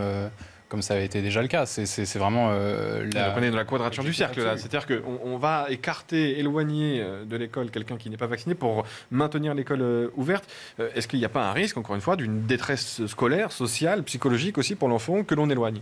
C'est le même débat qu'avec les restaurateurs, la mise en place du pass sanitaire. L'école et les restaurations, les restaurants, c'est pas la même chose. Soit on ferme totalement, soit on arrive à prendre des mesures tout à fait débattable, c'est certain, mais on ne supprime pas l'école pour autant. Alors on supprime l'école, en tout cas, pour une minorité d'élèves non vaccinés. Il y a un facteur clé, à mon avis, pour Jean-Michel Blanquer, ce sont les enseignants. C'est-à-dire, les enseignants sont en contact avec les enfants. On peut comprendre que certains enseignants préfèrent que les enfants soient vaccinés pour éviter, eux, d'avoir la charge. Parce qu'en fait, on repousse la charge sur les enseignants. Donc là, vous voyez bien qu'on est un peu dans la quadrature du cercle. Et je pense que la chose... Et on retombe sur nos pieds. Pourquoi ne pas avoir le courage, peut-être, et la volonté de faire de la vaccination obligatoire? Je pense qu'elle est... Je ne sais pas si aujourd'hui... Moi, je ne suis pas un analyste politique, mais je ne sais pas si elle est acceptable aujourd'hui. William Tay. Je pense qu'elle est acceptable, j'en parlais tout à l'heure, sur la question des personnes à risque. Parce qu'actuellement, en fait, c'est très simple de présenter le bénéfice coût-risque en disant si vous êtes atteint par le virus, vous allez avoir soit une forme grave, soit vous allez être en admission dans les hôpitaux, soit éventuellement vous allez mourir. Donc je pense que juridiquement, déjà, d'une part juridiquement, c'est présentable pour le Conseil constitutionnel dans la mesure où les bénéfices coût-risque est très simple et en plus politiquement et socialement, c'est très simple à accepter. Sur le reste de la population, pour l'instant, ce n'est pas le cas, même si on mettra un bémol sur la question du développement du Covid long, sur les personnes de plus en plus jeunes. Donc pour l'instant, je pense que c'est pour ça qu'il faut se concentrer sur les personnes à risque, surtout qu'il y a quand même 5 millions de personnes qui ont actuellement plus de 50 ans, qui regroupent 90% des admissions dans les hôpitaux, à faire vacciner. Ensuite, après, sur la question des écoles, on en a parlé, en fait, Emmanuel Macron va accentuer des fractures déjà existantes. Quand on regarde les fractures vaccinales, c'est-à-dire que si on va fermer une école, il va créer une distorsion entre les écoles des communes riches et de celles des communes pauvres. Il va créer une distorsion entre les écoles des métropoles et les écoles des territoires ruraux. Et il va créer au sein même de l'école une fracture entre les enfants qui sont plutôt issus de milieux aisés plutôt que ceux issus de milieux pauvres. Parce que ceux qui refusent la vaccination actuellement ont une tendance à être...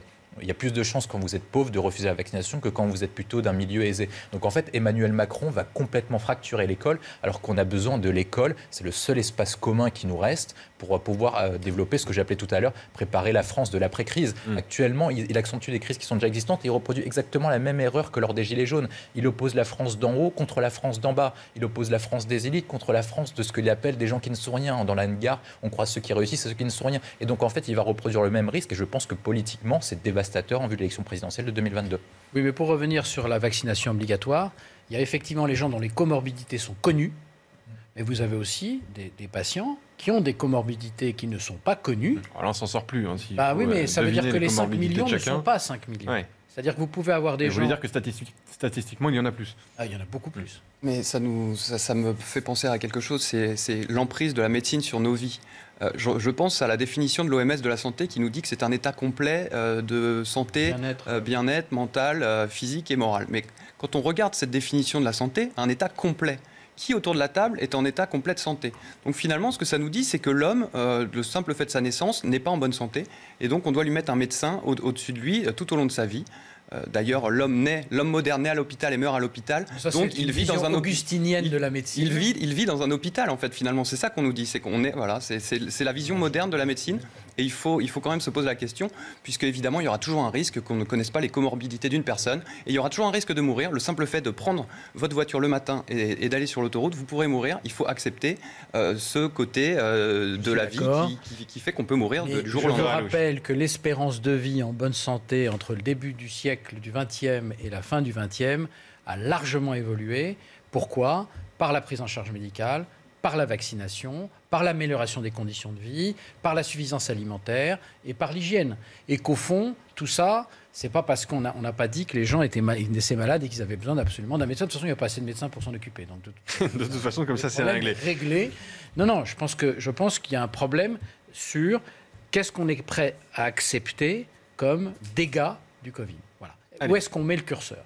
Si on met le curseur en disant la fatalité, après tout, il était âgé, machin...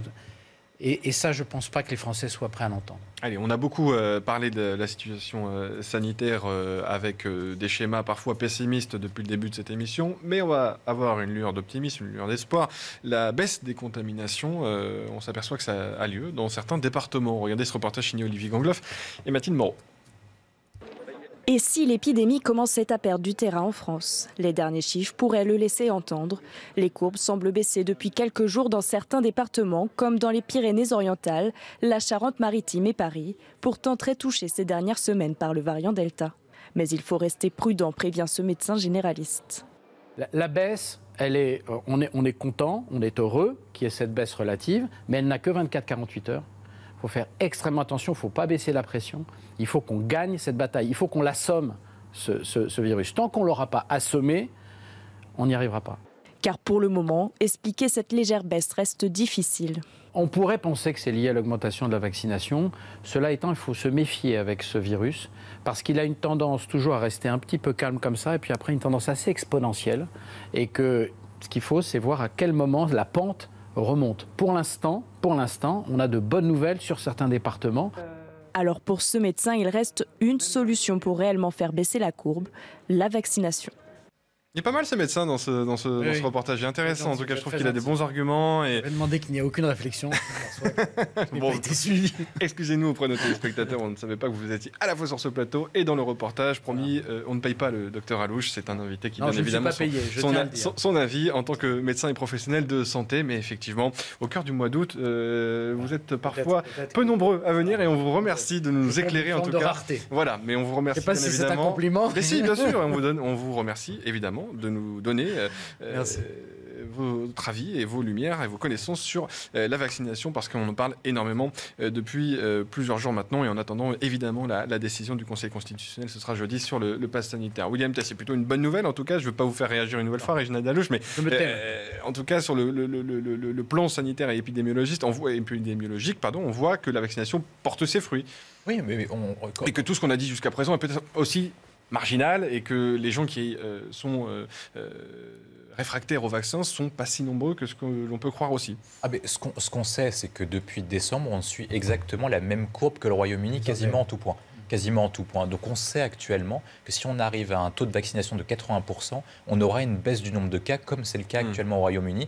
Et on sait actuellement, je mets sous réserve un développement de nouveaux variants, que la 4e vague sera moins importante que les précédentes, excepté sur la question du nombre de cas, parce qu'il y a une décorrélation désormais nette entre le nombre de cas et la question des admissions dans les hôpitaux. Ensuite, après, sur la question des premiers chiffres encourageants, je pense qu'il y a une distorsion entre les endroits de littoraux, notamment du sud-est, qui sont plus frappés, dû égard à la faiblesse vaccinale et plus du fait que ce sont des endroits touristiques que sur les autres endroits. Je pense qu'il faudra étudier avec précision. Le prochain tournant, le prochain chiffre à regarder, ça va être la première quinzaine de septembre, auquel cas l'exécutif devra réagir dans un sens ou dans l'autre en fonction des chiffres de la première quinzaine de septembre. Et c'est plutôt une bonne nouvelle, Thibault Mercier. Finalement, le pass sanitaire s'arrêtera peut-être le 15 novembre, comme promis par le gouvernement. J'espère, mais ça prouve bien qu'en Angleterre, ils n'ont pas mis en place le pass sanitaire et on arrive au même résultat. Donc plus de pédagogie et moins de contraintes, c'est ce que nous voudrions. Je n'aurais pas imaginé un jour que l'on parle de Boris Johnson comme un grand pédagogue, mais en tout cas c'est vrai, et vous avez raison de le souligner, en Grande-Bretagne, la stratégie différenciée, non mais il faut le souligner, a fonctionné sans pass sanitaire. Kylian de Boissard, est-ce qu'on peut espérer une rentrée pour la majorité, pour l'exécutif, sans anicroche et sans problème justement de méthodologie, de pédagogie, ce mot qui est beaucoup revenu depuis le début de cette émission, ou encore une fois on s'apprête à vivre des temps compliqués avec ces manifestations qui vont perdurer malheureusement chaque samedi comme on a pu l'assister il y a 2 ans maintenant. Alors, on n'a qu'à espérer que tout se passe bien, que les gens comprennent que c'est important. J'attends mes questions, qu'est-ce qu'il faut faire, bien sûr. Ça, si on avait la réponse, vous êtes aux manettes, on aurait tous déjà réglé le problème il y a 1 an et demi. Et non, mais évidemment, on espère plus de pédagogie, on espère une prise de conscience plus grande, plus collective, et évidemment, espérons que les cas baissent. Autre chose. Et du débat, parce que c'est important, il faut débattre. Vous êtes d'accord avec ça, Thibault Mercier. Vous reviendrez bien évidemment sur ce plateau lorsque le Conseil constitutionnel aura donné sa décision. Et vous l'avez rappelé juste titre, même si le Conseil constitutionnel valide le pass sanitaire, il faudra regarder aussi dans les détails pour voir comment nous allons appliquer cette nouvelle mesure. Merci en tout cas à tous les 4 d'avoir été avec nous ce soir dans Punchline. Tout de suite, vous retrouvez l'heure des Pro 2 avec Julien Pasquet et ses invités. Quant à moi, je vous retrouve à 22h pour Soir Info. Bonne soirée sur CNews.